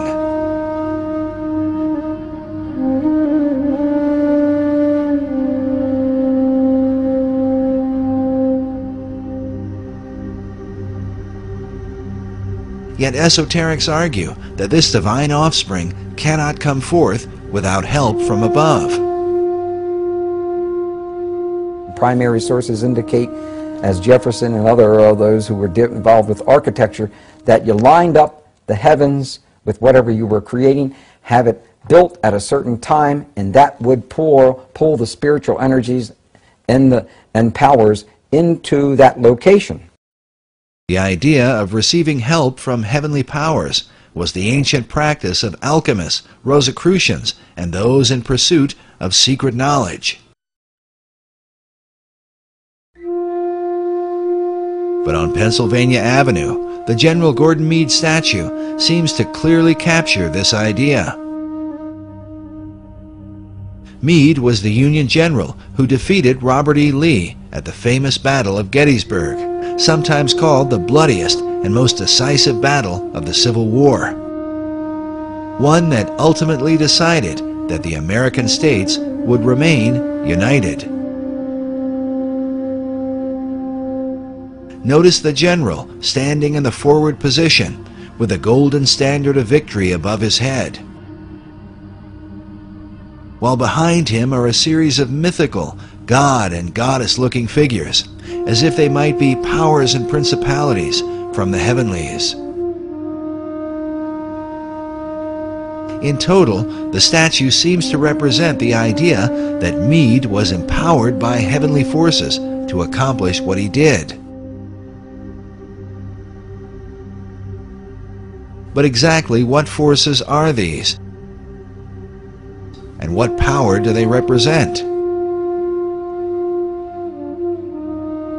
A Freemasonic website features General Meade's walking stick, with an image of the general carved upon it, the name and dates of the Gettysburg Battle, along with a skull and crossbones, while just above it is a Masonic square and compass. Consider also the golden standard that floats like a halo above the general's head, reminiscent of countless images of Christ through the Middle Ages. The theme of a Christ-like figure, empowered by heavenly beings, has many levels in Washington, D.C., and seems to be the perfect companion to the Virgin symbolism which appears throughout the city, not the least of which is the goddess Freedom that sits atop the U.S. Capitol. A replica of Freedom is found inside the Capitol itself. The Virgin is said to symbolize purity and perfection, and hence becomes the alchemical companion to the perfected man, who also brings forth the divine child. In front of the Supreme Court building are found a male figure to one side and a female to the other. But centered in the tympanum above is not a man, but a woman, said to be the goddess Liberty enthroned. But exactly what liberty does she represent? David Oveson's book is subtitled The Masons and the Building of Washington, D.C. Could all of this arcane symbolism have been the intentional working of Freemasons? David Oveson seems to think so. The author declined to be interviewed on camera, but did grant us a phone interview, where he told us he felt his lengthy book was merely scratching the surface. We also learned from the Masonic headquarters in Washington, D.C., that since the book's publication, David Oveson has become a Freemason. But while many Masons are proud to say that America's capital is full of Masonic symbolism, not all of them agree. From my studies of the design of Washington, D.C. and its history, I do not believe that there are any secret plans or designs related to Freemasonry. Dr. S. Brent Morris is an honorary 33rd degree Mason and the managing editor for the Scottish Rite Journal, Masonry's premier publication. His office is located inside the Masonic House of the Temple in Washington, D.C. Norman Vincent Peale, Harry Truman, Bob Dole, Gene Autry, John Philip Sousa, John Glenn. We know that he wore this medal. We're not sure that he wore it at the cornerstone. There is the apron that he wore. That apron is still in existence. So there he is laying the cornerstone. Now, while Dr. Morris is proud of Masonry's long heritage of prominent members, he disagrees with Oveson's notions of Masonic symbolism in stellar alignments and signs of the Zodiac. Freemasonry uses the Zodiac in only the most superficial way. They use it as an emblem to refer to the heavens. You can go to the National Academy of Sciences and you can see star maps representing the heavens.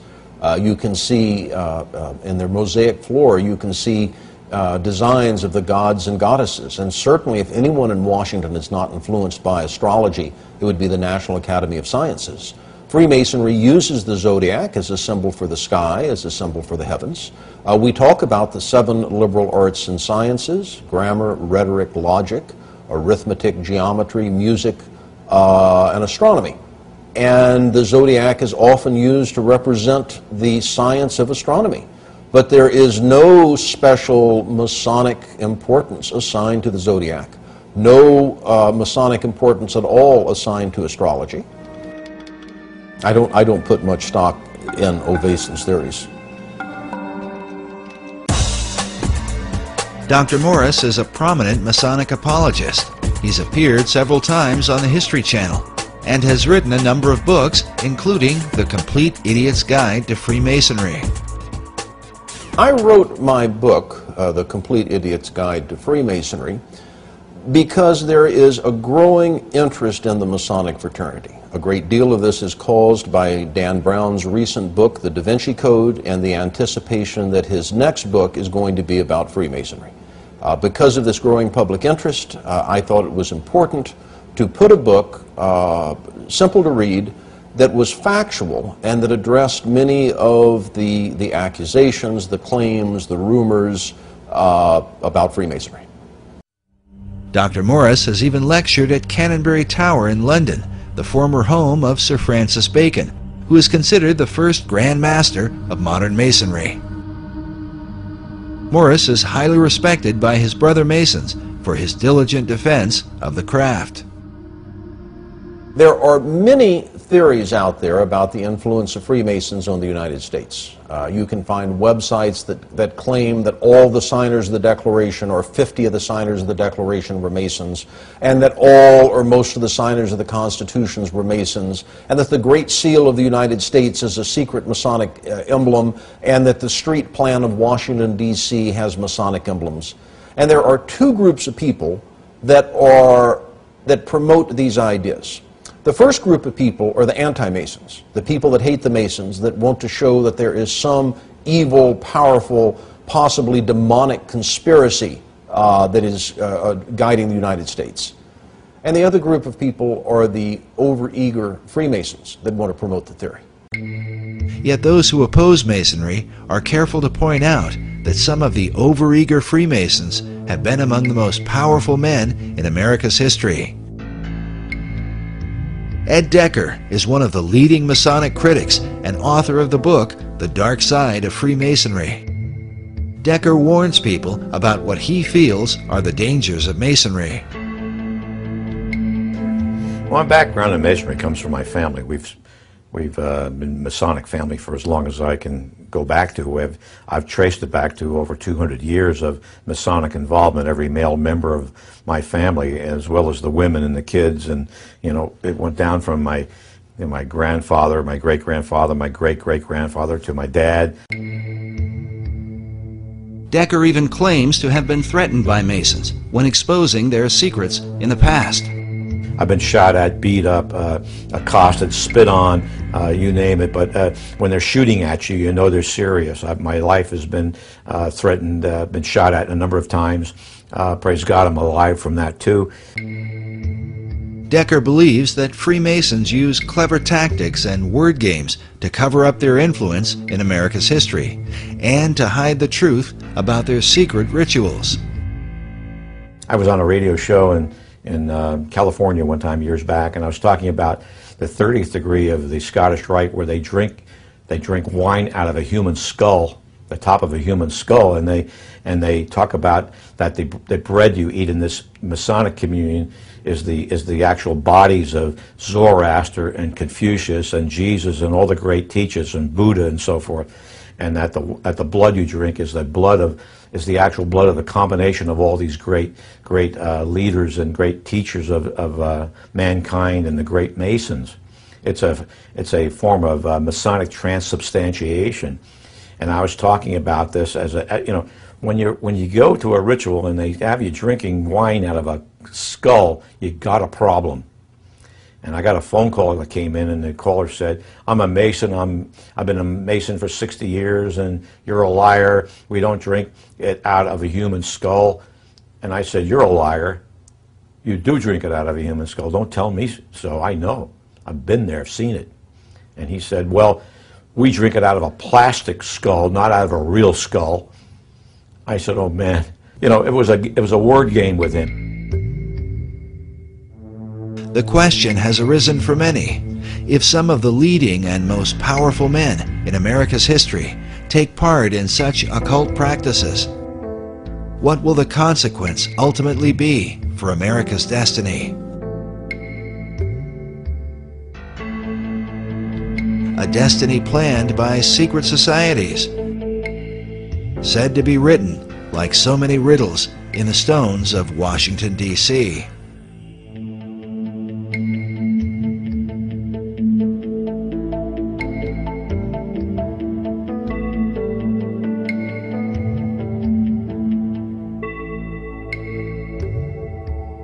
A growing number of Masons reject the suggestion of a Masonic agenda in Washington, D.C.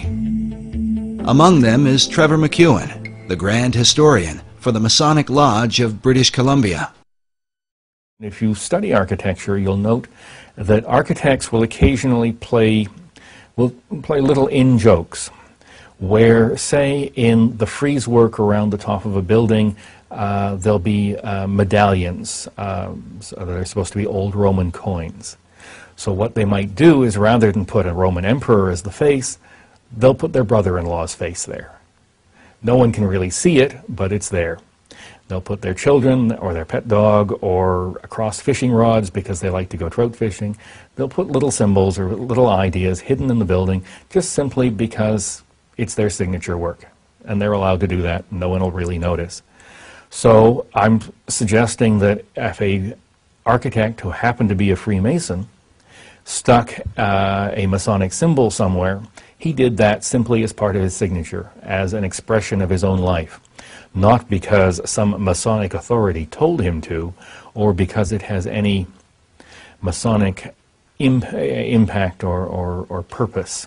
Well, they can dodge and move around all they want to when you talk to a Mason who says, well, those symbols are just kind of fun things, or they're just accidental, they're not Masonic. That's nonsense. They're put there by Masons for Masonic purpose. The Masons write about it. They may say that to you at the church when you're talking to them at their church. They may say it to you in the living room when you're talking to the Mason in the living room, but the Masons write about it. You know, in their magazines, they do articles about them, and you go on the web and go onto the Masonic websites, and they brag about it. They point to it. One such Mason is Michael Bagent, the world-famous author of the book Holy Blood, Holy Grail. Bagent is on the Board of Trustees at Canonbury Tower in London. He is also the editor of the magazine Freemasonry Today, a publication that openly refers to Washington, D.C. as the Masonic City. Yet among the chief debates is the Masonic membership of its two chief designers, Pierre L'Enfant and Thomas Jefferson.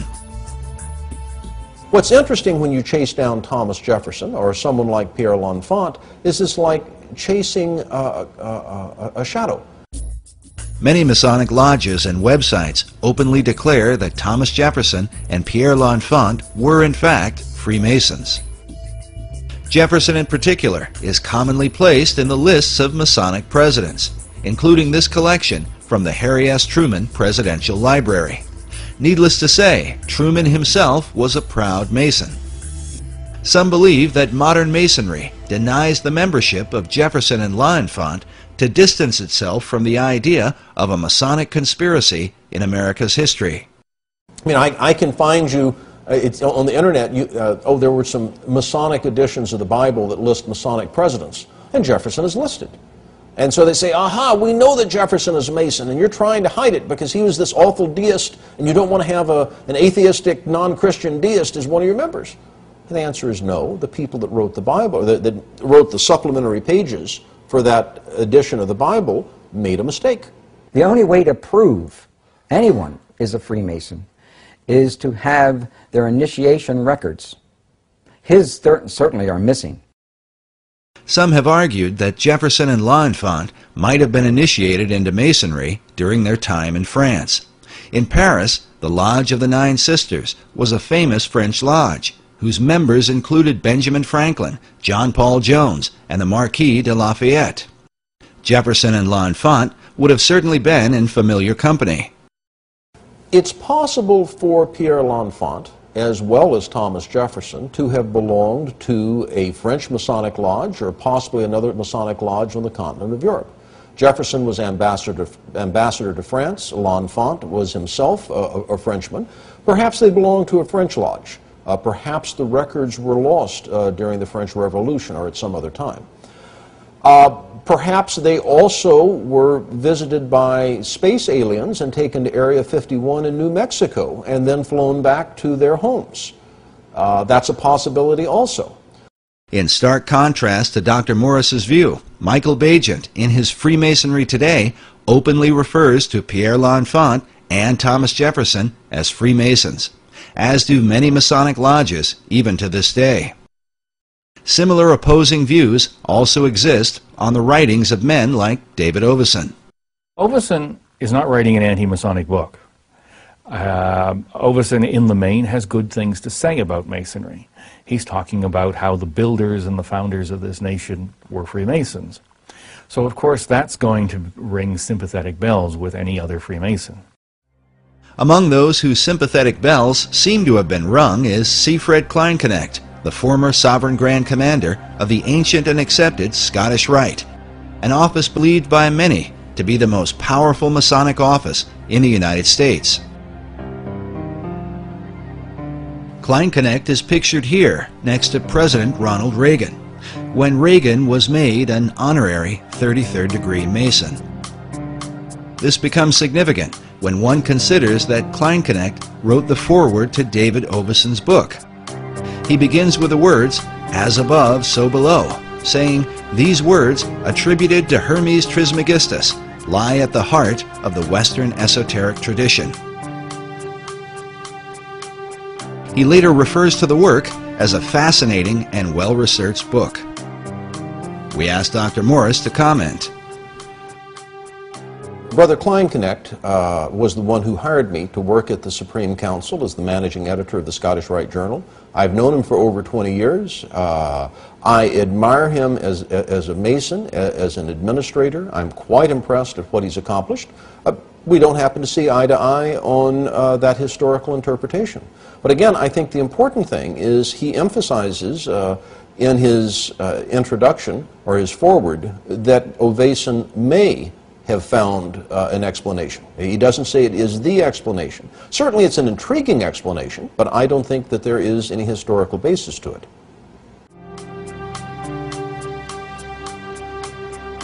Of David Oveson's research, Siegfried Kleinknecht writes that recent scholarship demonstrates the undeniable influence of Freemasonry exerted on the American system of government.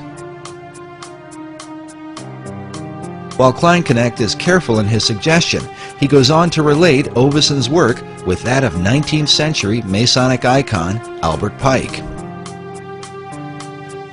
Albert Pike is the father, really the father of American Freemasonry. I don't know of a greater authority on Scottish Rite Masonry than Albert Pike, because he authored it. He's the one who wrote Scottish Rite Masonry, the 32 degrees. Albert Pike, in his ritual research, suggests that the ceiling of Masonic lodges should be painted with symbolic constellations.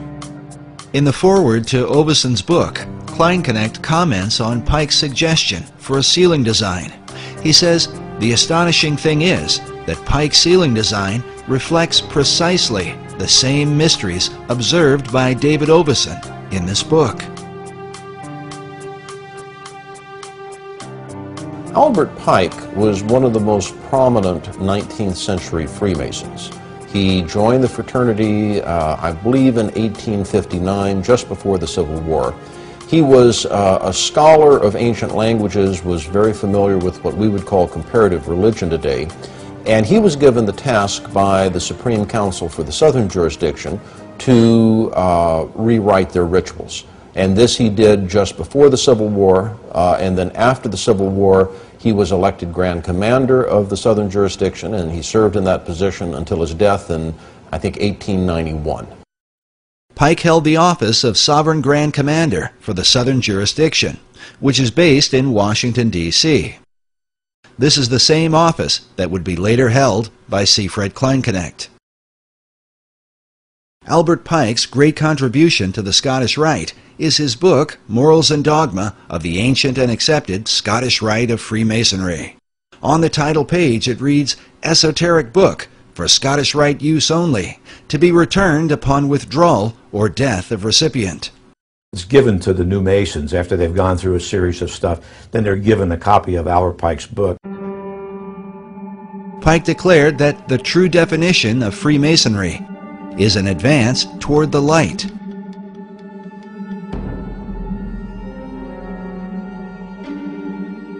The question then becomes, what is the light of Masonry?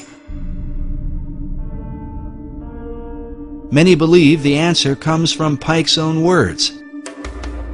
In Morals and Dogma, Pike wrote, "Lucifer, strange and mysterious name to give to the spirit of darkness. Is it he who bears the light? Doubt it not." Masons and their critics will likely agree that these words, perhaps more than any other, continue to haunt Pike's memory. A statue of Albert Pike is located at 3rd and D Streets in downtown Washington, D.C. It was erected by Freemasons in 1901 through an act of Congress. Pike is shown with a maiden beneath him, bearing the standard of the Scottish Rite. More than a century after his death, Albert Pike continues as an important and controversial figure in America's capital.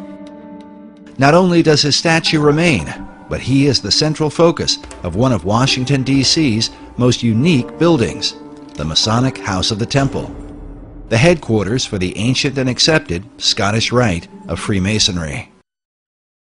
The building was designed by 20th century architect John Russell Pope, who modeled it after the mausoleum at Halicarnassus, one of the 7 wonders of the ancient world. Pope himself was not a Freemason, so he relied upon the esoteric knowledge of Elliott Woods, a 32nd degree Mason who was the architect of the United States Capitol at the time. The top of the temple is shaped like a step pyramid that some believe parallels the truncated pyramid on the back of the dollar bill. If you count the courses of Masonry on the pyramid, you'll see it has 13 courses of Masonry, and that corresponds to the 13 steps on the pyramid that is the roof of the House of the Temple. Not only is the number 13 present in the roof design, but the House of the Temple is said to be 13 blocks north of the White House, leading some to believe that a secret Masonic signature somehow ties Masonry with the seat of power in American government. One of the interesting theories put forward about the layout of Washington, D.C. is that the House of the Temple is exactly 13 blocks north of the White House. And the statement is usually said with a great deal of dread, and I'm sure that if we had a soundtrack accompanying it, there would be deep bass strings playing in the background to emphasize that sense of dread. Now, it turns out that there are some side streets at a halfway marker, and if you count them, and you don't count the streets that are in the circles, well, by golly, you can come up with 13 if you kind of squint your eyes and look at it sideways. Using a simple map, 13 individual cross streets can be identified between the White House and the House of the Temple, located on the south side of S Street. Dr. Morris's contention, however, is that if one counts the 2 streets that cross Scott's Circle, rather than only the street that runs between them, it would not amount to 13 blocks. Yet even prominent publications, such as U.S. News and World Report, have recognized that the Masonic House of the Temple is about 13 blocks north of the White House. But superstition about 13 seems ingrained in American culture. Even our modern elevators specifically avoid the number. It's said that President Franklin Roosevelt would invite his secretary to dinner to keep from having 13 people at the table, and would avoid going out on the 13th of each month. Yet it would seem that FDR was not so troubled about the appearance of 13 on the Great Seal of the dollar bill. 13 leaves in the olive branches, 13 bars and stripes in the shield, 13 feathers in the tail of the eagle, 13 arrows clutched in its talons, 13 letters in the phrase E pluribus unum on the ribbon, 13 stars in the hexagram above the eagle's head, the 13 levels to the pyramid, and 13 letters in the phrase Annuit Coeptus, said to mean God has prospered.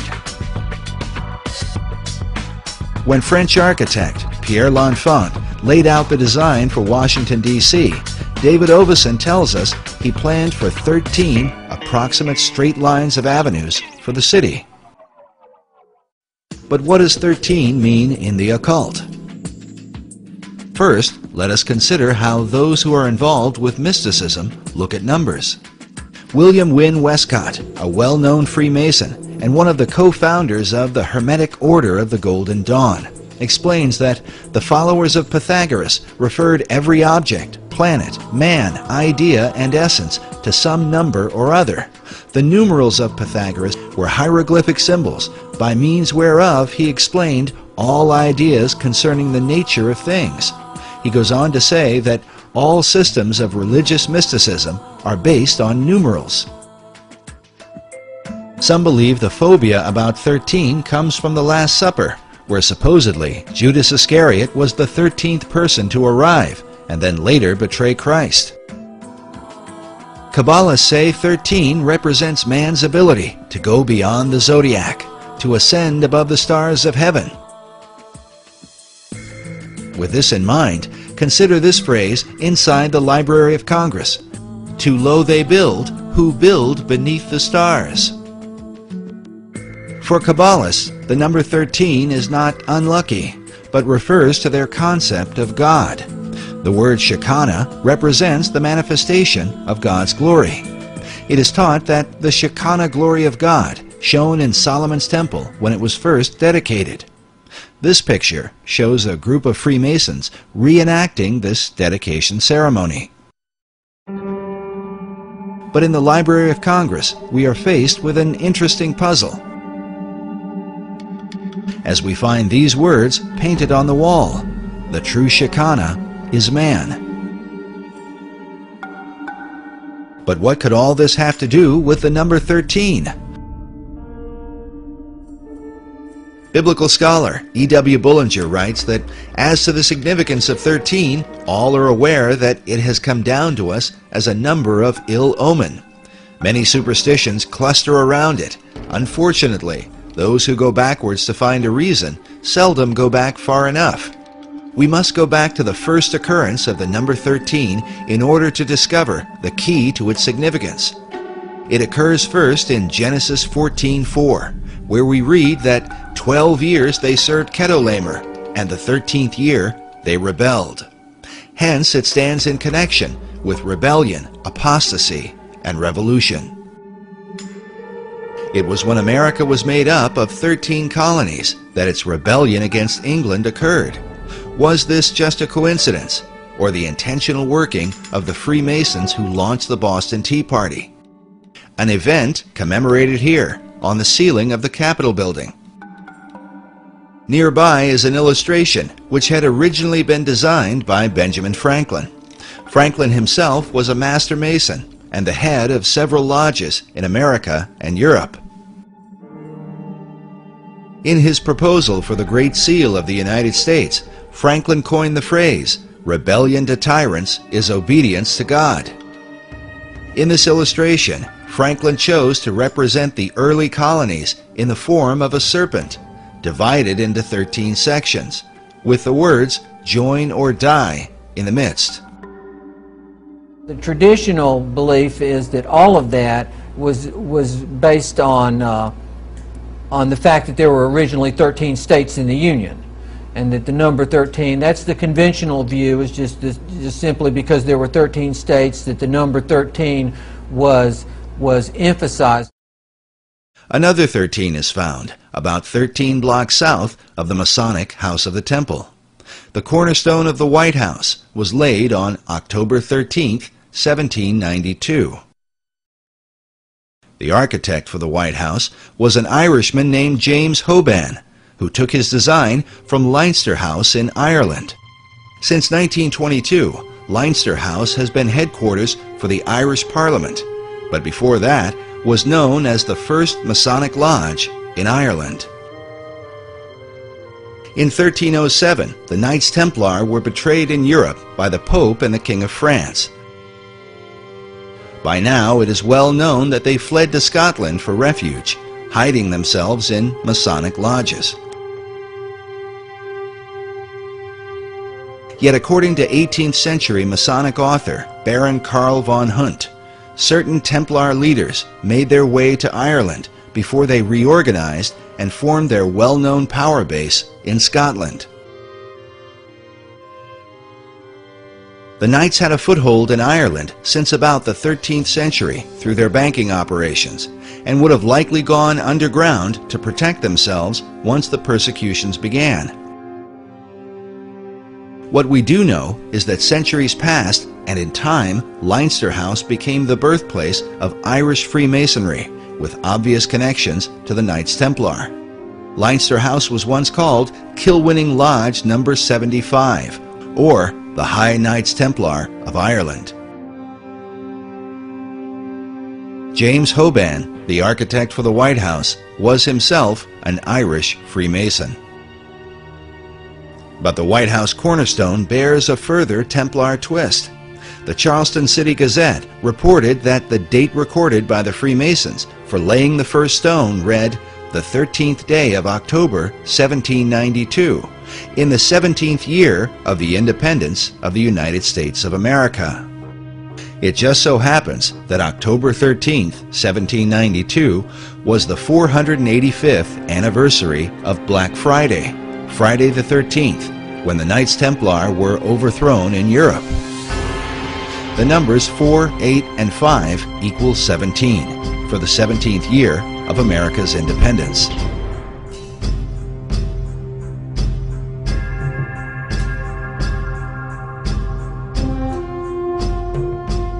Meanwhile, the day before, on October 12th of 1792, was the first celebration of Columbus Day in America, and supposedly commemorates how Christopher Columbus sailed for 33 days before he made his first landfall in the New World.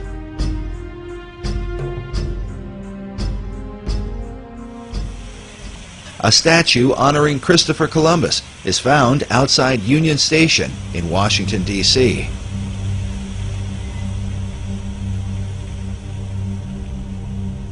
The Columbus Monument declares that it was the faith and courage of Christopher Columbus that gave to mankind a new world.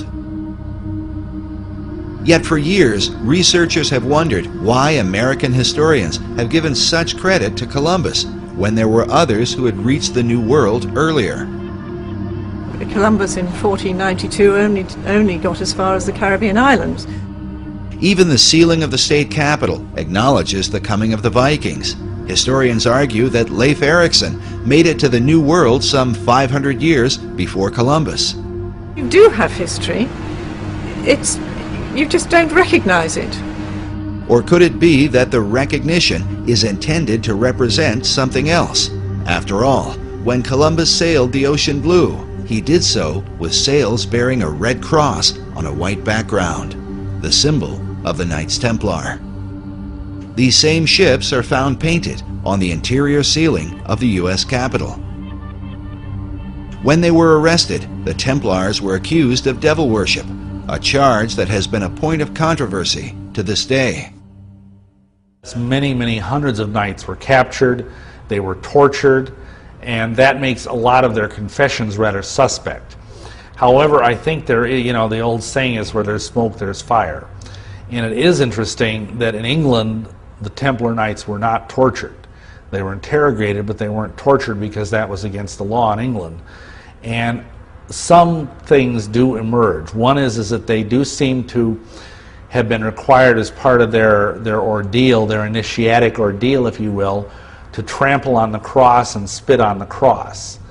Also, they were alleged to have worshipped this god Baphomet, and which is either described as a three-headed deity, or as a skull, or as a goat-headed being. And those things, I think, were probably true. While mysteries abound concerning the relationship of the Templars to Masonry, the connection was clearly made by Albert Pike. In front of the Masonic House of the Temple are two 17-ton sphinxes, cut from single blocks of stone. One representing wisdom, with its eyes half closed, as if in contemplation, while the other represents power, with its eyes wide open. These two chief elements are said to represent Plato's ideal balance for the perfected man. The man who has wisdom and the man who has power. To the Scottish Rite, Albert Pike seems to represent such a man, as he is a central focus of the temple itself.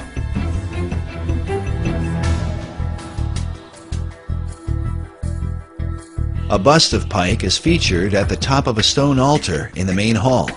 Next to it are Pike's own words: "What we have done for ourselves alone dies with us. What we have done for others and the world remains and is immortal." But exactly what immortal works Pike did for others and the world remains an issue of constant debate among critics of Masonry. Albert Pike is a favorite whipping boy of conspiracists.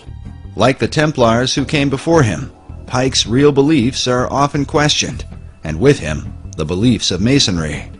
Albert Pike was a Luciferian. Literally, Luciferianism is the core, the center core of Freemasonry. Pike's body is buried inside the temple itself, with this stained glass memoriam, next to a bust of his likeness. And they revered him so much that they actually dug him up and buried him in a wall underground. And you go to the house of the temple and there's an actual room dedicated to Albert Pike. The Albert Pike room is located in the lower level and is filled with Pike's many books, a number of portraits and photographs, the pipes, memorabilia, and even the death mask of the man thought by many to be America's most important and notorious Freemason. In his lifetime, Pike would have seen the completion of the U.S. Capitol and the Washington Monument. He lived much of his life in Washington, D.C., and devoted himself to the promotion of Freemasonry. Indeed, some have argued that Pike's controversial form of Masonry was the result of a radical struggle that occurred during the years just after the American Revolution. But how did this struggle come about, and what was its purpose? More importantly, could this influence have somehow impacted the design for Washington, D.C., and with it, the ultimate destiny of America? The answer to these questions may be found by examining a group that today has much to do with Washington, D.C., one that is thought by some to be the most mysterious and dangerous secret society in the world.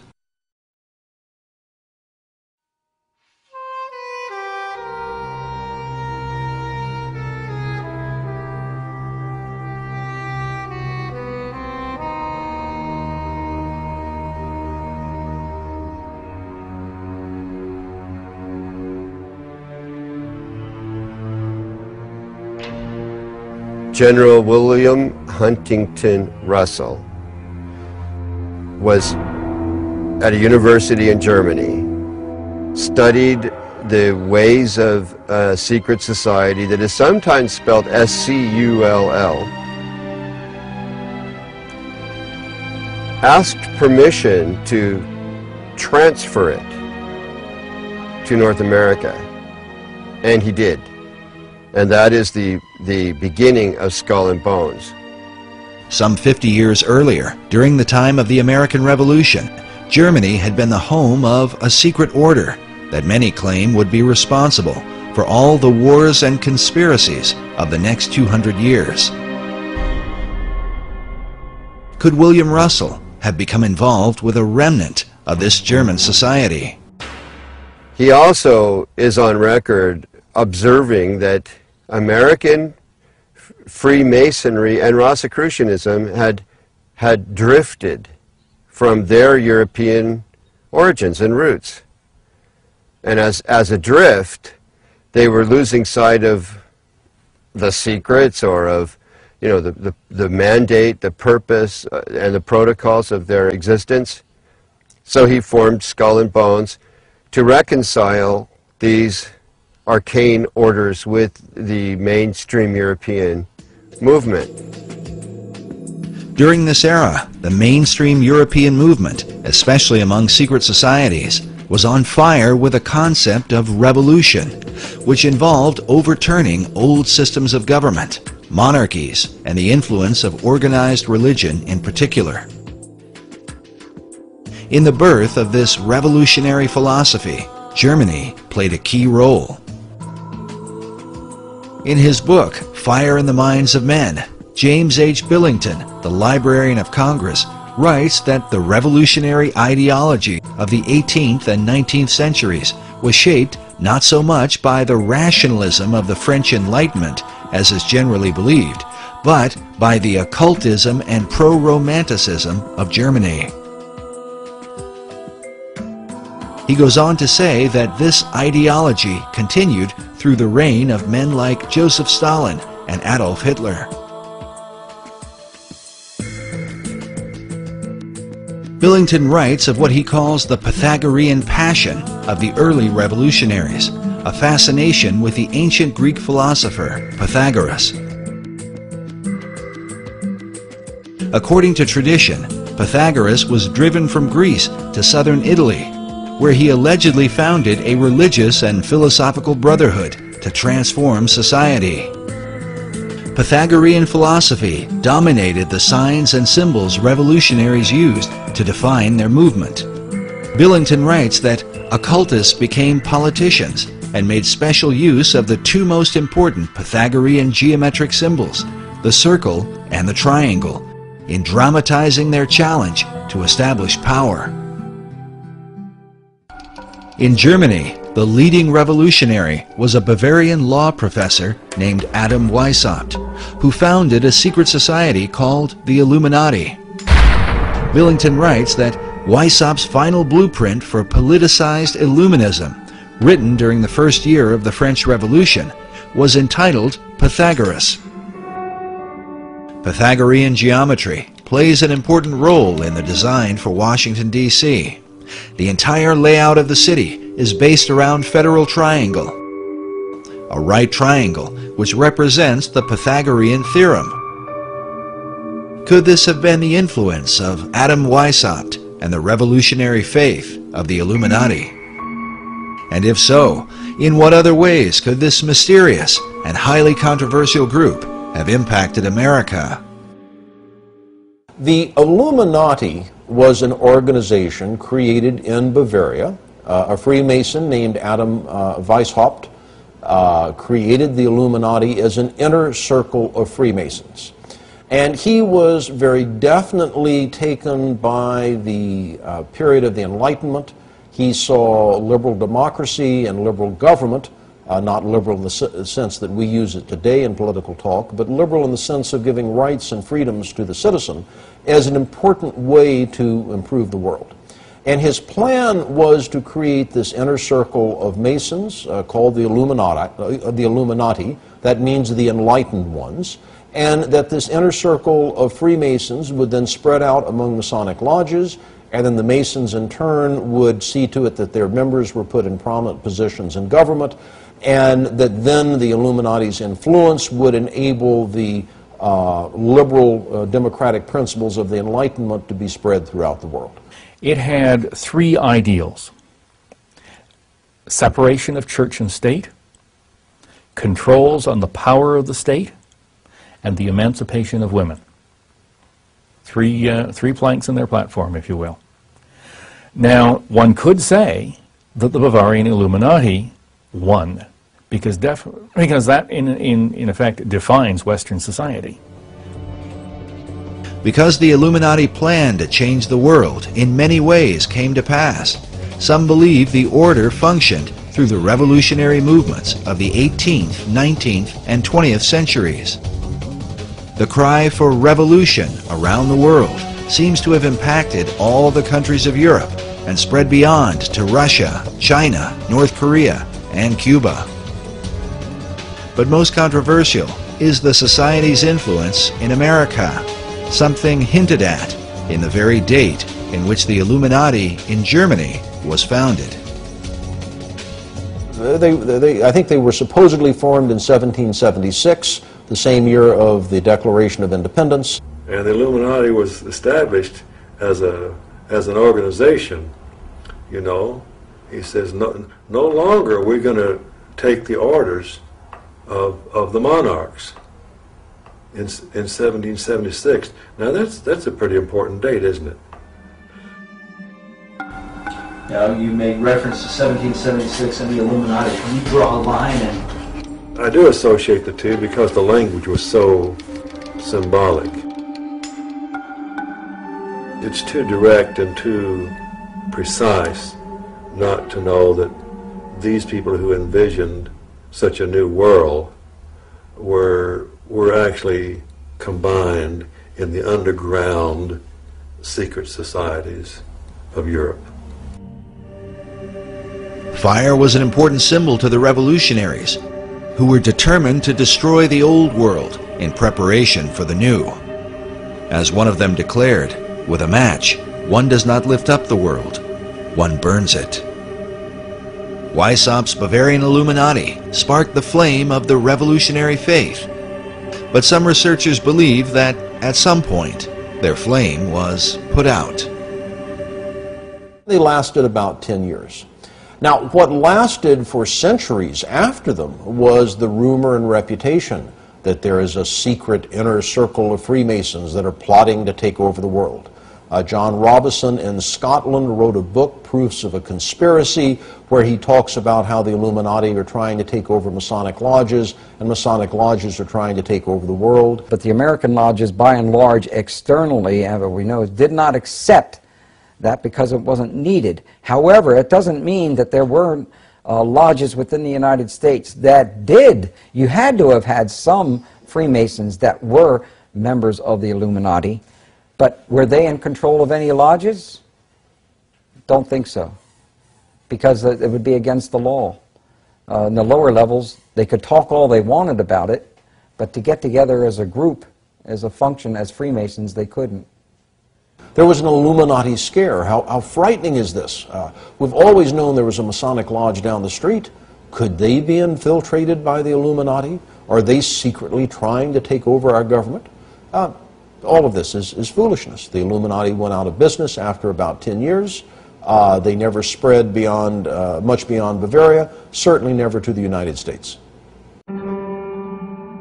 It seems logical to some that Weissaup's organization was disbanded by 1786 after it had been discovered and outlawed by the Bavarian government the year before.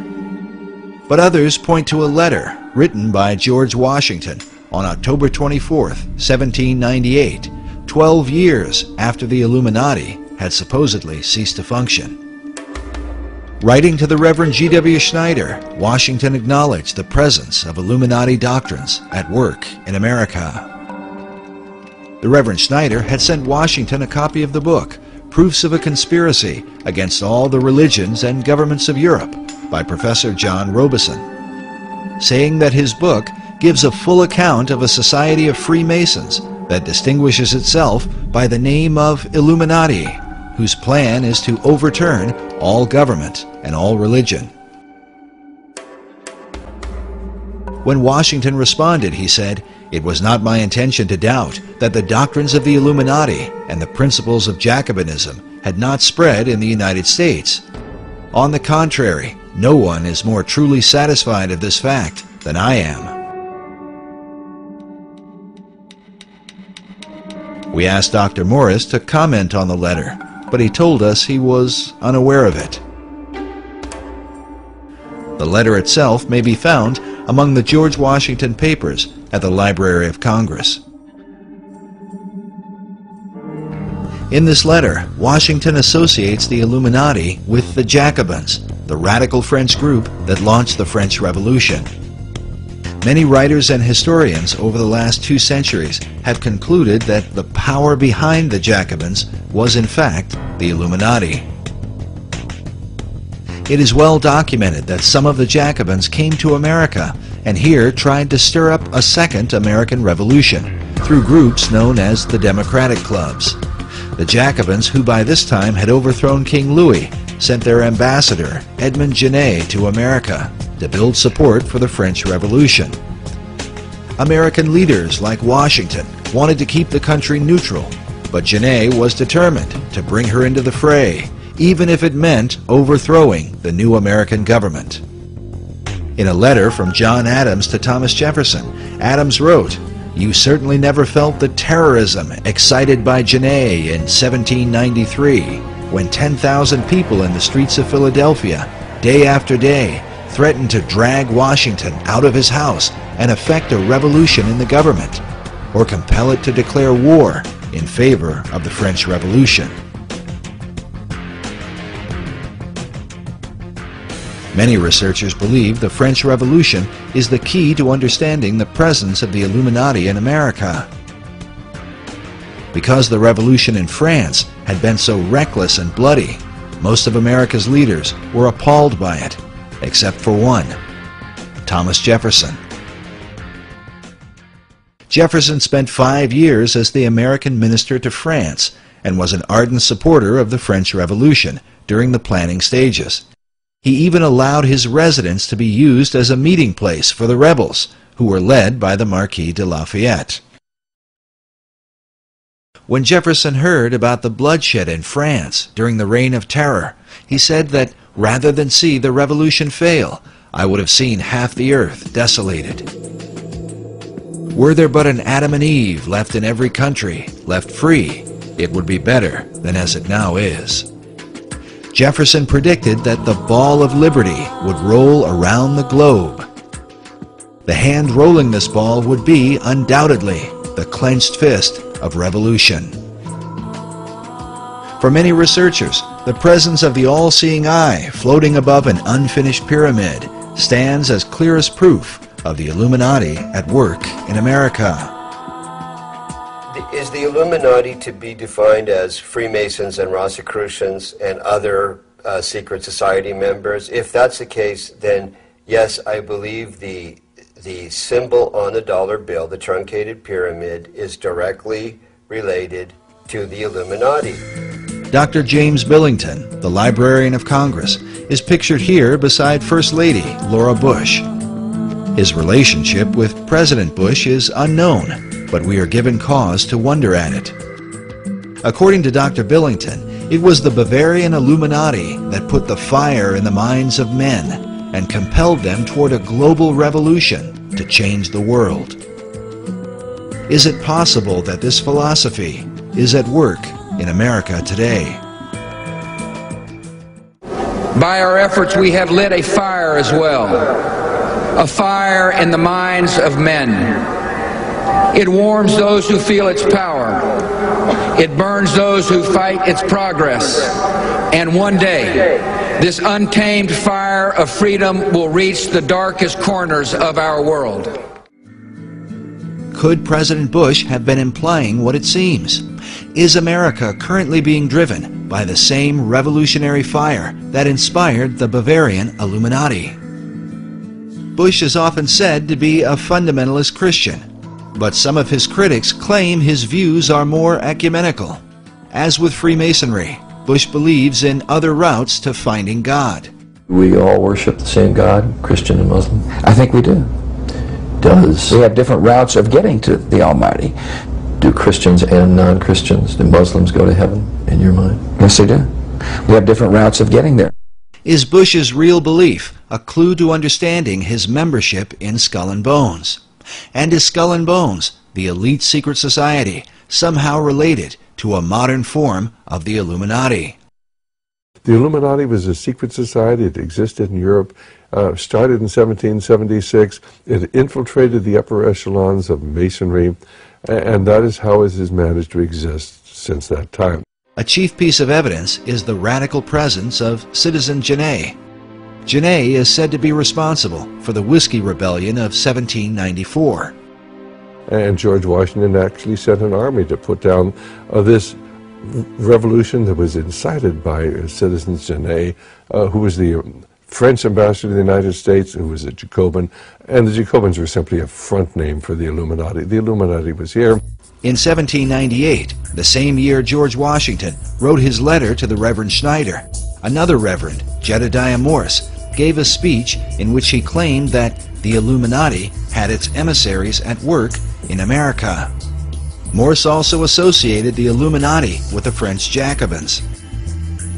Among the chief icons of the Jacobins was the red cap worn by the French revolutionaries, known as the Phrygian Cap, or the Cap of Liberty. easily recognized as a cap that, when worn, was often pulled forward, though sometimes to the side. The cap was not only worn by the French rebels, but was often shown symbolically at the end of the staff or upon the head of their goddess of liberty, Marianne, as in this famous painting that glorifies the French Revolution. This same Phrygian cap is found among the great seals of a number of U.S. states, on the official seal of the U.S. Army, and on several figures of liberty inside the Capitol building. But its place of greatest prominence seems to be in the Library of Congress, where the Phrygian cap is carved at the top of all the circular window frames and panels in the library.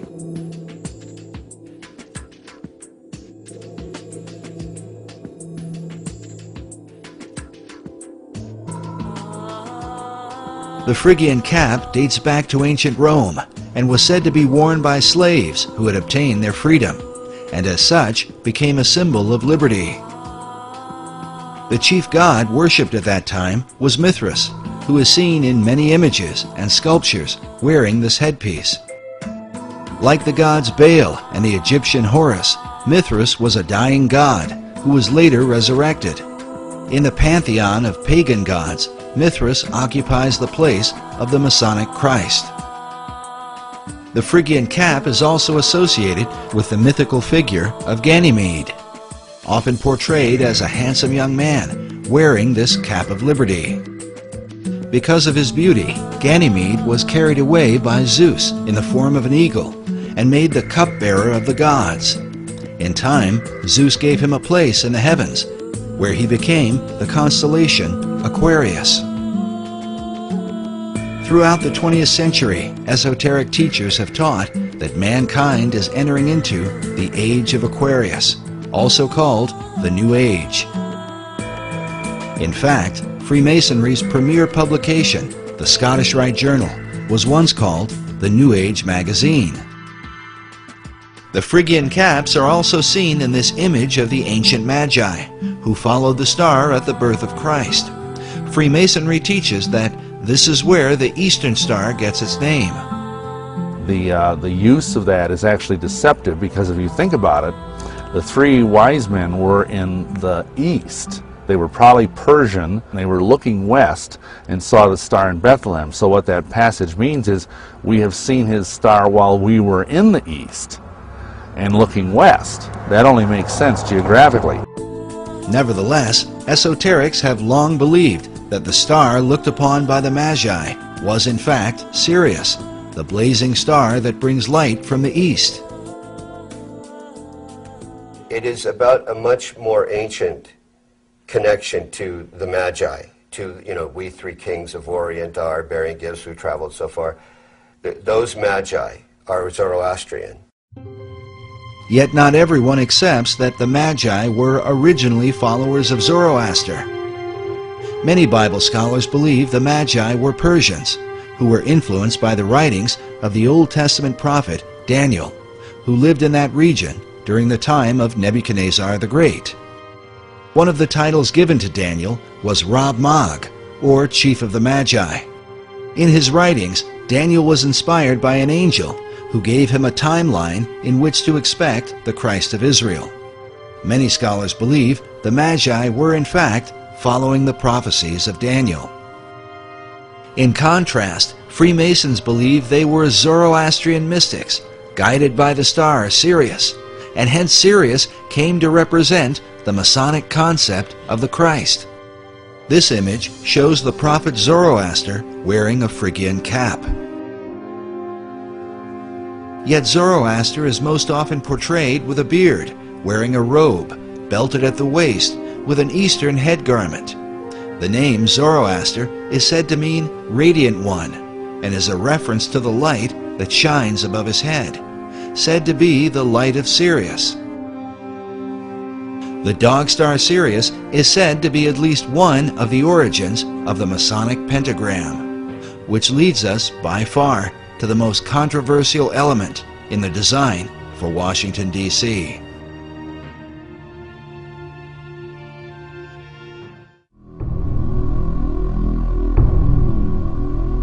Oh.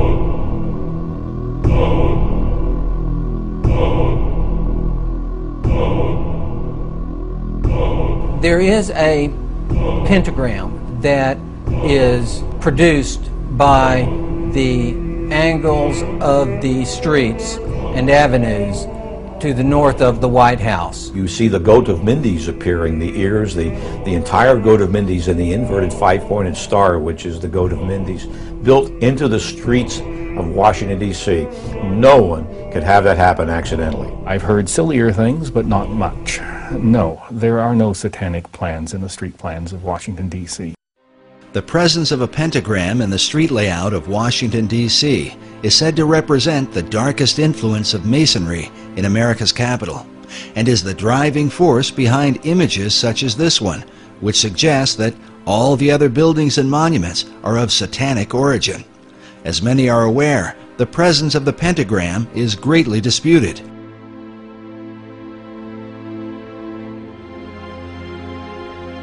During the Middle Ages, the pentagram was a symbol of good luck and protection when used by those who practice magic. And one of the things they came upon was the idea that if there were such things as demons and spirits, then they should be able to summon them, either just to observe them to prove that they existed, or to control them to whatever purpose they might want to. These people were, I suggest, an early form of experimental scientists as much as they were magicians. They were just trying to see what would happen. And one of the things they decided to do is if they were going to call up a spirit or a demon in a specific place, they'd draw a circle, and then they would put pentagrams at the corners as a warding sign to protect them from whatever danger that demon might pose to them. The inverted pentagram is seen as a highly satanic symbol. Meanwhile, placing a goat's head in the center of it is most often blamed on 19th century French occultist Eliphas Levi, who arbitrarily decided to say that the pentagram, one point up was a positive good luck, good fortune symbol, and one point down was a negative evil symbol. He provided no citations as to where he got that idea from, and there was nothing historically documented prior to him to suggest that anyone ever thought that was the case. This is an important issue because Eliphas Levi was arguably the most influential occultist of the 19th and 20th centuries. He was probably the most powerful sorcerer of the 19th century. His writings inspired every major occult leader, including Madame H.P. Blavatsky, Aleister Crowley, Manley P. Hall, and Albert Pike. Yes, indeed, Pike does quote Levi in his writings. Levi's concept of the pentagram was most likely the influence of the 15th century German alchemist Heinrich Cornelius Agrippa. Agrippa is a well-known figure in occult circles and is even mentioned in Mary Shelley's Frankenstein, as well as J.K. Rowling's Harry Potter and the Sorcerer's Stone. Agrippa published his books on occult philosophy around 1509. Today, his collection is called the Foundation Book of Western Occultism. In this book, he features an inverted pentagram and calls it the Pentagram of Pythagoras. According to Pythagoras, the inverted pentagram symbolized the 5 chambers of Tartarus, one of the Greek words for hell. But the Pythagoreans believed descending into this underworld led one to a path of higher wisdom, hence the symbolism of Dante's Inferno, in which Dante descends into hell so that he can later enter into paradise. The Pythagoreans also believed that from this 5-chambered Tartarus came the world's demon, or evil spirit. The German-based Illuminati, with their Pythagorean passion, would have certainly been familiar with this belief, as would the rest of the revolutionary occultists in France, who could very well have influenced Pierre L'Enfant and Thomas Jefferson.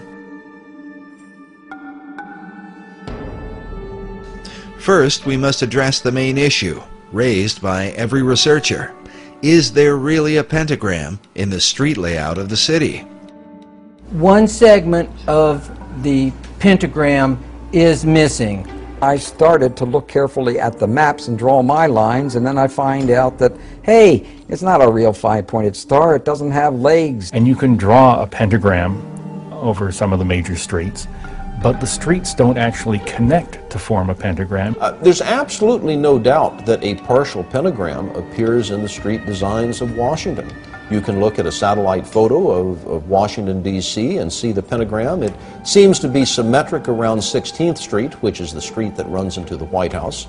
If you look at the earliest published maps of the District of Columbia, that the design that was laid out by Pierre L'Enfant, you can see this partial pentagram.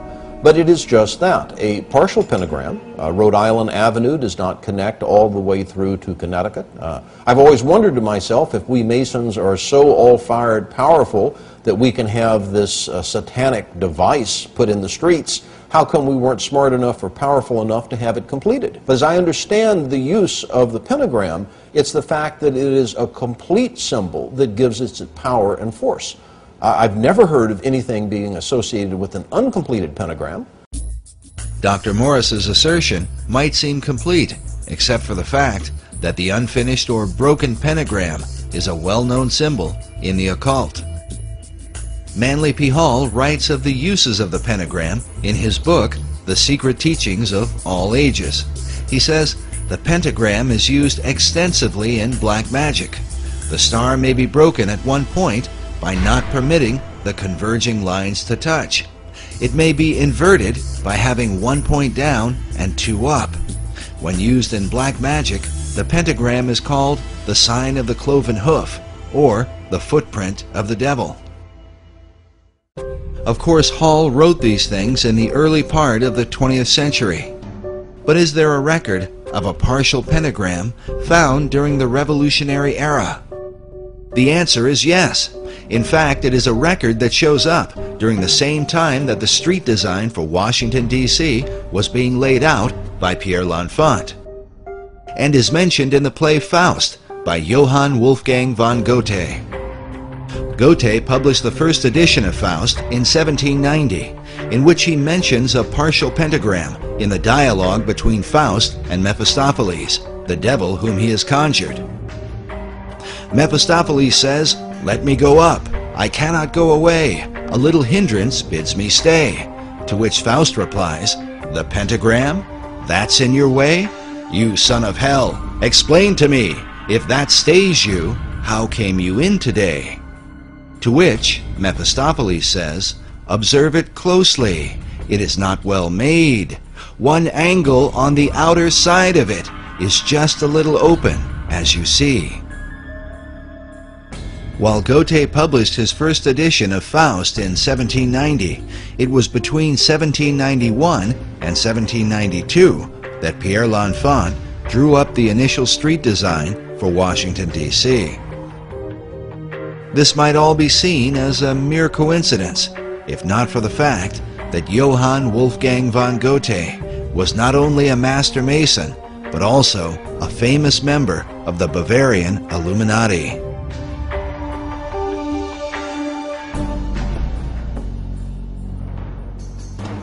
The Builder magazine, a Masonic publication, in September 1923, said of Goethe that it is no wonder that German Freemasons point with pride to his connection with their order.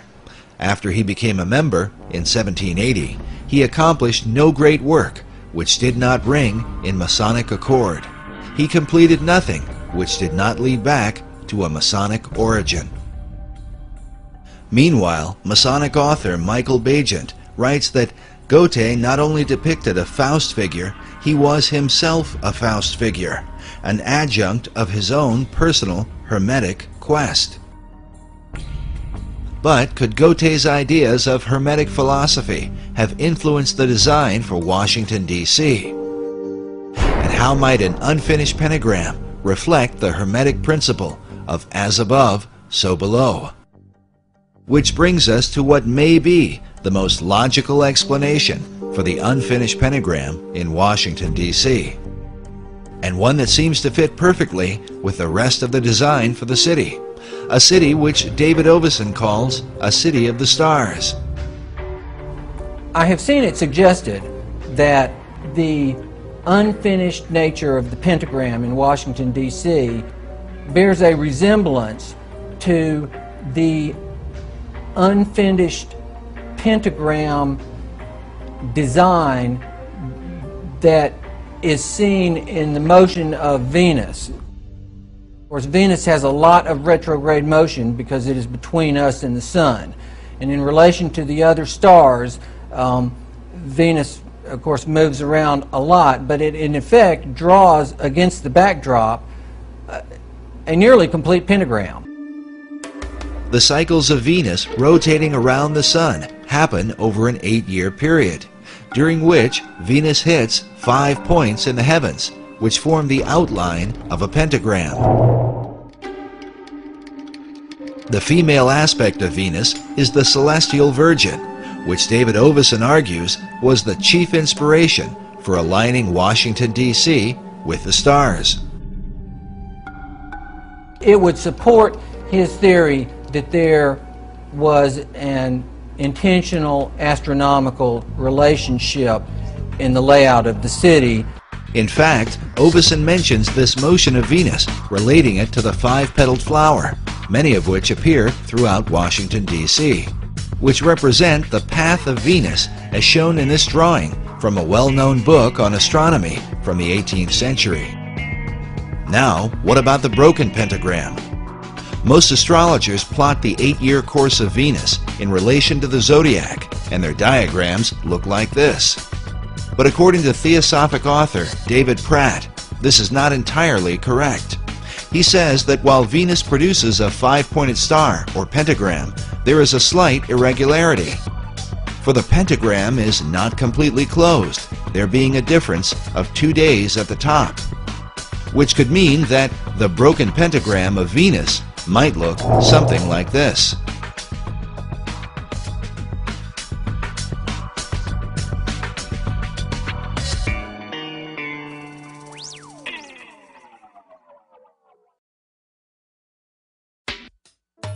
But which conclusion seems most plausible? Is the pentagram merely an accident? Or does it represent some arcane magical ceremony? Or is it simply a reflection of Venus, according to the Hermetic principle, as above, so below? With symbols, there are always multiple levels, up to 7 different levels of interpretation. One interpretation of the pentagram is given by the Thelemic order of the Golden Dawn, which says that the pentagram is itself a perfect geometric symbol of the perfected man. Meanwhile, Eliphas Levi writes that the angels aspire to become men, for the perfect man, the man-God, is above even angels. Which brings us to the National Archives building in Washington, D.C. The building itself is surrounded by 72 massive columns.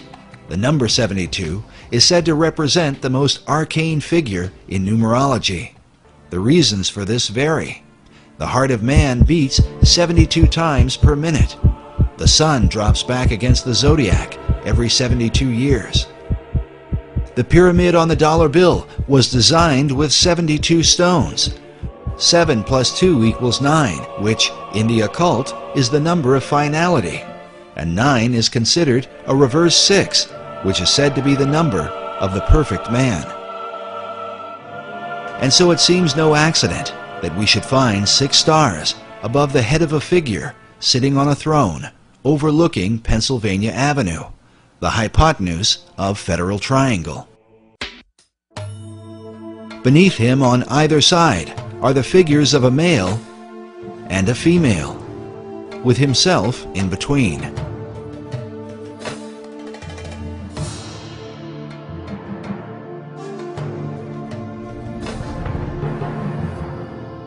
Manley Hall wrote about America's assignment with destiny, while FDR spoke of her rendezvous with destiny.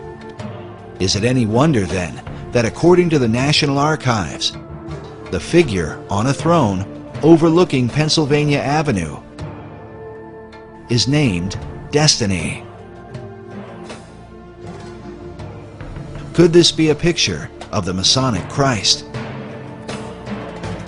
And how might he differ from the Christ of the Bible?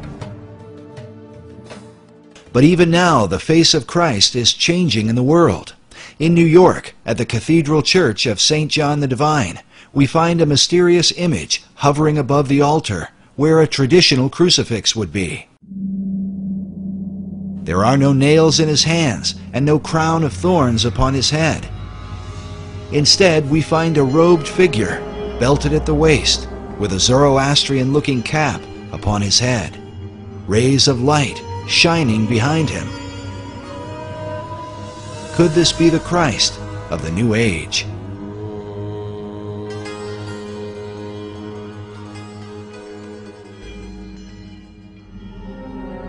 But even now there are those who believe such a figure is about to take his place on the world stage.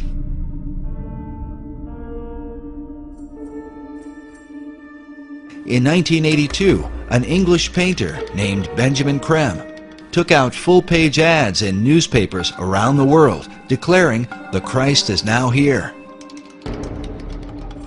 For more than 20 years now, Creme has traveled the world telling all nations that the Christ, whom he calls Maitreya, is about to appear. Maitreya is standing by, ready to come into the world at any moment. We caught up with Mr. Creme in August of 2006, as he had just come from speaking to an independent group at the United Nations. He had this to say to America. It's the duty of the American people to respond to Maitreya and to accept their destiny. It was on May 14th, 1982, that Creme held a press conference to announce that the Christ, Maitreya, was ready to emerge. May 14th was also the date of the rebirth of the nation of Israel in 1948. With all the bloodshed and conflict happening in the Middle East, we asked Creme what he thought it might take to bring peace to the region. I've always said it will take Maitreya to solve it. Prophecy teachers warn that the current roadmap to peace, followed by President Bush, is really a roadmap to Armageddon. Meanwhile, Creme says the solution is the universal Christ, which he claims is awaited by all religions. 2,600 years ago, Gautama Buddha made a prophecy. It's in one of the sutras. That at this time would come into the world another great teacher, a Buddha like himself, by name Maitreya, who by dint of his extraordinary spiritual stature would galvanize and inspire humanity to create a brilliant golden civilization based, as he put it, on righteousness and truth. Maitreya is the name of Maitreya Buddha. All the religions are awaiting him. The Muslims are awaiting a teacher they call, a prophet they call the Imam Mahdi. The Hindus are awaiting the return of Krishna or Kalki Avatar. Buddhists are awaiting Maitreya Buddha. He is in fact the world teacher for this age, the age of Aquarius, which is beginning now. But how have Creme's teachings been received by Christians who are awaiting the return of Jesus Christ? Jesus Christ teaches very clearly, he said, I'm the way, the truth, and life. No one comes to the Father but through me. If we want to try to bring everything together and say, hey, we all worship the same God, well, then we're going to find ourselves offending the one true God. Many of them believe that what I'm talking about is what they call the Antichrist. Some even think I'm the Antichrist. Many of them think, if I'm not the Antichrist, I'm the leg man for the Antichrist. Creme is very significant to the New Age movement because he's kind of like the John the Baptist of the New Age movement. He even as John the Baptist was the voice crying in the wilderness that the Messiah had come, at Jesus' first coming. Creme believes that he's the one who's heralding his second coming. However, it's a New Age Christ. It's not the Jesus Christ of the Bible. And he comes in a way that the New Age Christ or the Antichrist is portrayed to come, not the way Jesus Christ is coming. You don't know what the Antichrist is. The Antichrist is not a man. It's an energy. It's an energy, destructive energy, deliberately released to break down the old order. It's in Revelations of St. John, if you know. The beast 666, the number of a man, is the Antichrist, Nero. the Emperor Nero. It was released through the Emperor Nero to bring about the dissolution of the Roman dispensation to prepare the way for Christendom. Oddly enough, Krem's teaching is very similar to a doctrine taught in the Christian community called preterism. Preterism comes from a Latin word that means past. In a nutshell, preterism teaches that the prophecies from the book of Revelation were fulfilled by 70 AD, a teaching many Christians reject. It's really a recipe for apostasy to set up the church for the Antichrist. While many prophecy teachers warn that the coming of an Antichrist is imminent, Benjamin Creme strongly disagrees. It has been, it has gone, it's done its destructive work and made possible for the Christ himself to return to the world. Could Benjamin Creme be right? Were all the prophecies concerning the Antichrist fulfilled in the past? And does the world now stand ready to receive the Masonic Christ of the new Aquarian age? And what can this mean for America? Even now, some believe that America's true destiny is to establish the kingdom of God on earth. Could they be right? Is this the key to understanding the secret architecture of Washington, D.C.?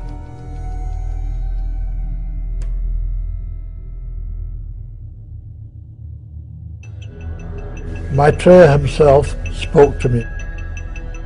He said, I myself am coming, sooner than anyone thinks possible, and he will face humanity with a choice. Create justice in the world and build the most brilliant civilization this earth has ever seen. Or perish utterly. That's the choice.